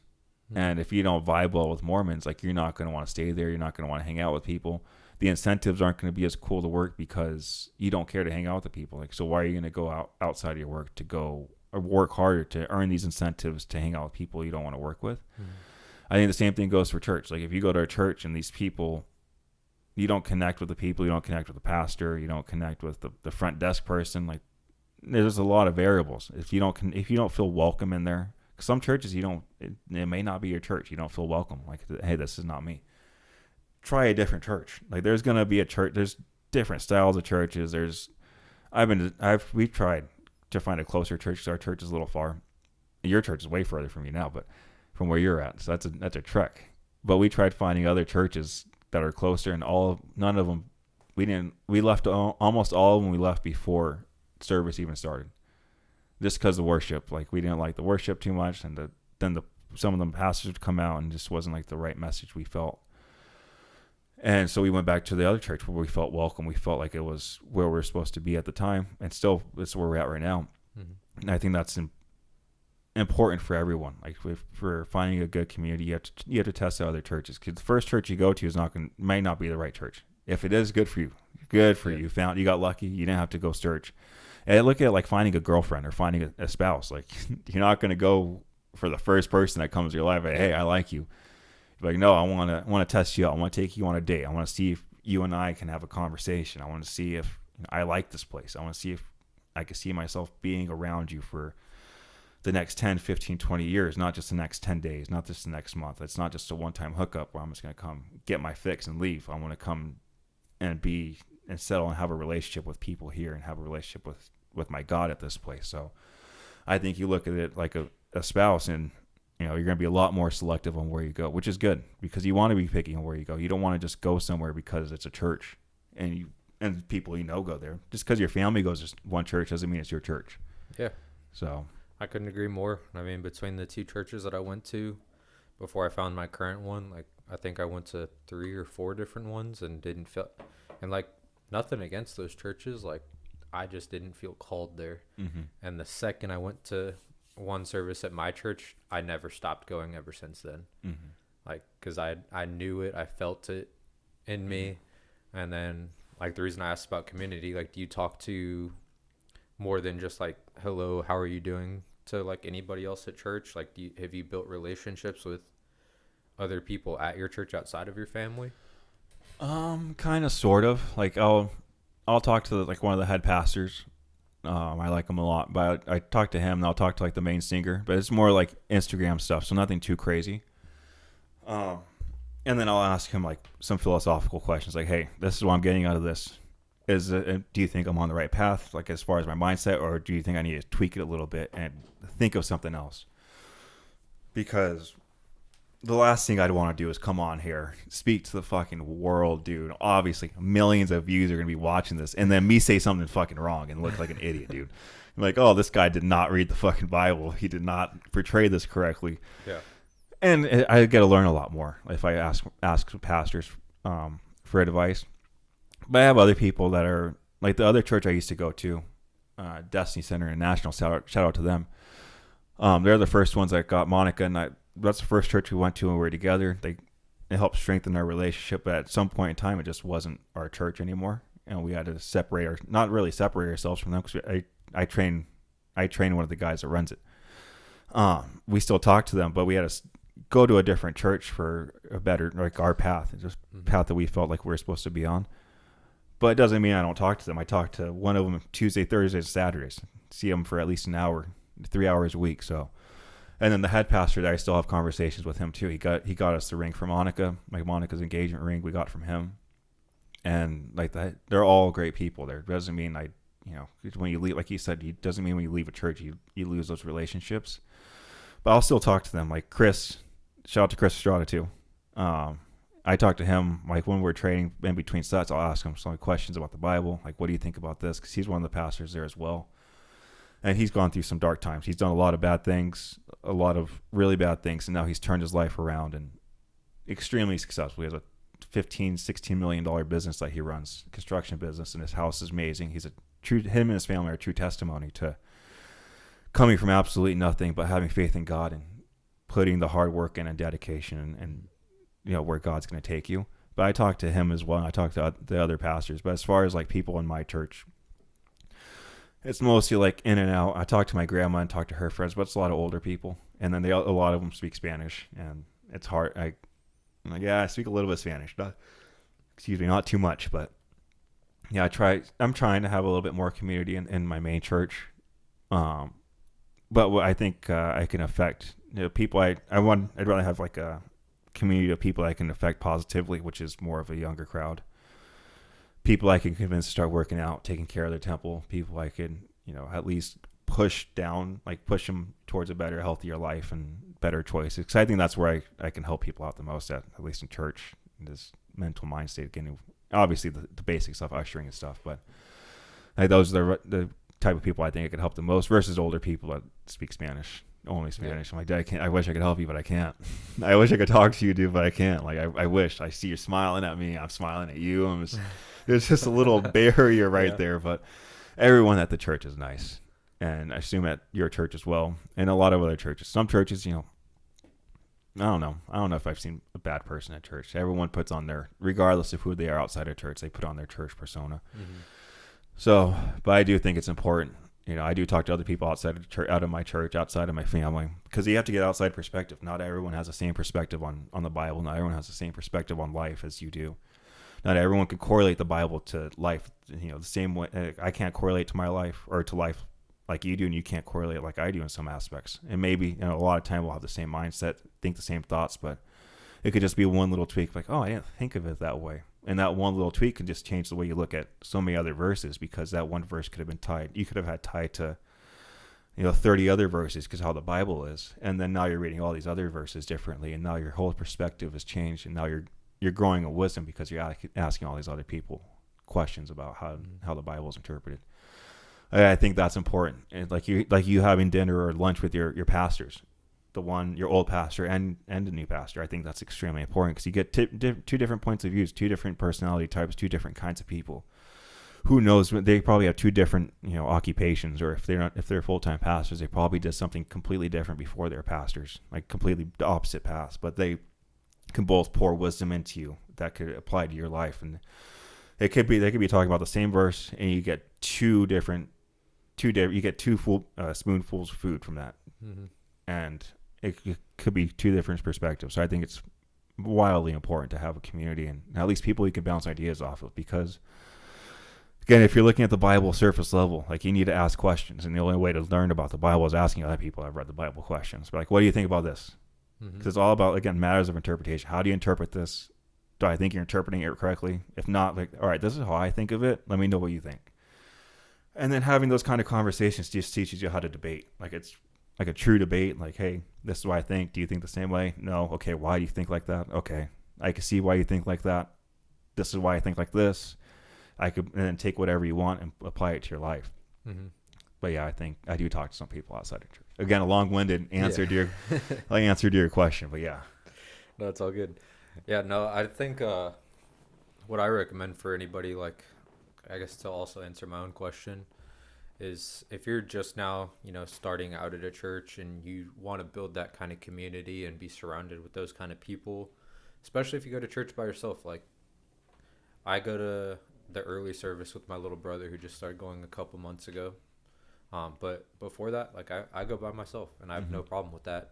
And I've never really felt like out of place or anything like that. But like I want to still have a community. And at my old church, like I served both on like the safety team, and then I served at youth group. So like I got to meet all sorts of amazing kids, their parents, a lot of different people from a lot of different backgrounds, and pour a lot of wisdom in me, like be surrounded by that. And like, I mean, dude, I have, 60, 70-year-old people's phone numbers in my phone that text me and talk to me about like God and invite me over to come hang out at their house and whatnot. And like, they're some of the best people I've ever met. And like now at my new church, I was like, man, how do I like meet more people? Like I've been plugged in just from consistently going and meeting a lot of like the team and other strangers just by, the morning greeting and whatnot. But then I was like, I need to like deepen my roots in here. And so like I signed up to serve as a greeter. So now I'm like, boom, right at the front door. Yeah. Or, some days like in the parking lot or on the curb, wherever. And like, dude, I've got to meet so many more people, and I get poured into me so much more, like not even like wisdom, interpretation, but just things that people have gone through and how they've gotten through it, and like so many different perspectives and their stories and their testimonies. And like it kind of like levels you out, and you realize like my problems aren't so huge, and like everybody deals with their own things, and we all come here to lay it at the foot of the cross and be unified together. And like you just get to meet a whole bunch of people that are some in your early stages of your journey, the same stage as you, some that are even further ahead of you in some aspects of like what you've been through and learned, and can guide you through things that you might not have gone through yet or are currently going through, and just have that community to fall back on. And like a lot of churches, as they continue to grow, open up more groups. So there's like, singles group, men's group, women's group, kids group, marriage groups for, how to have a marriage and keep that marriage strong, and a foundation of it being on God. And like, that's the kind of community that God calls for us to have, because we're not meant to walk through these things alone. Like, yes, we can talk to God and pray, but that physical community too is just so important. And I think we could probably end on the note here soon too. But I think when people do say it, like they have a community around, like we talked about last time, like I had a bunch of people around me, I still felt alone. I think it's having the right community around you, people with the right, like you're talking about, the right intentions. They want to help you grow. They're teaching you how to overcome things. That's the most important part of a community. Because again, last time I talked about, I had a community, but they're a community of sad people that were covering their hurt with alcohol. They're hiding with alcohol, hiding with drugs, whatever, maybe coke, ecstasy, Molly, whatever. And versus going to a community that wants to get better and better their lives, and because they're bettering their lives, you're going to want to better your life, and they're going to teach you and help you how to better your life even more. So yeah, to wrap that up, I think they couldn't have said it better, like what you said, by joining a church, because how many people you meet, you feel a lot better. You don't feel as lost because all these other people have gone through the same shit you have. So, and no one's gone through something that no one else has gone through. So everyone's gone through something that someone's gone through before. At least I think so. Except, AI. But yeah, I got to go pee again, dude. It's great talk. I don't know if you want to wrap it up with something else. I mean, just want to say, if you haven't accepted God, that's the most important thing that you could do. Just, if you need a church, a recommendation, wherever you're at, definitely reach out. Can help find that for you. Don't settle on the first one if you don't feel called. And if there's any questions, topics that, you might be struggling with or want more information on that we might be able to help from our experience, then, comment those so we can talk about those too. Yes, sir. All right, I got to go pee really bad. All right, bro. That stuff's hitting me.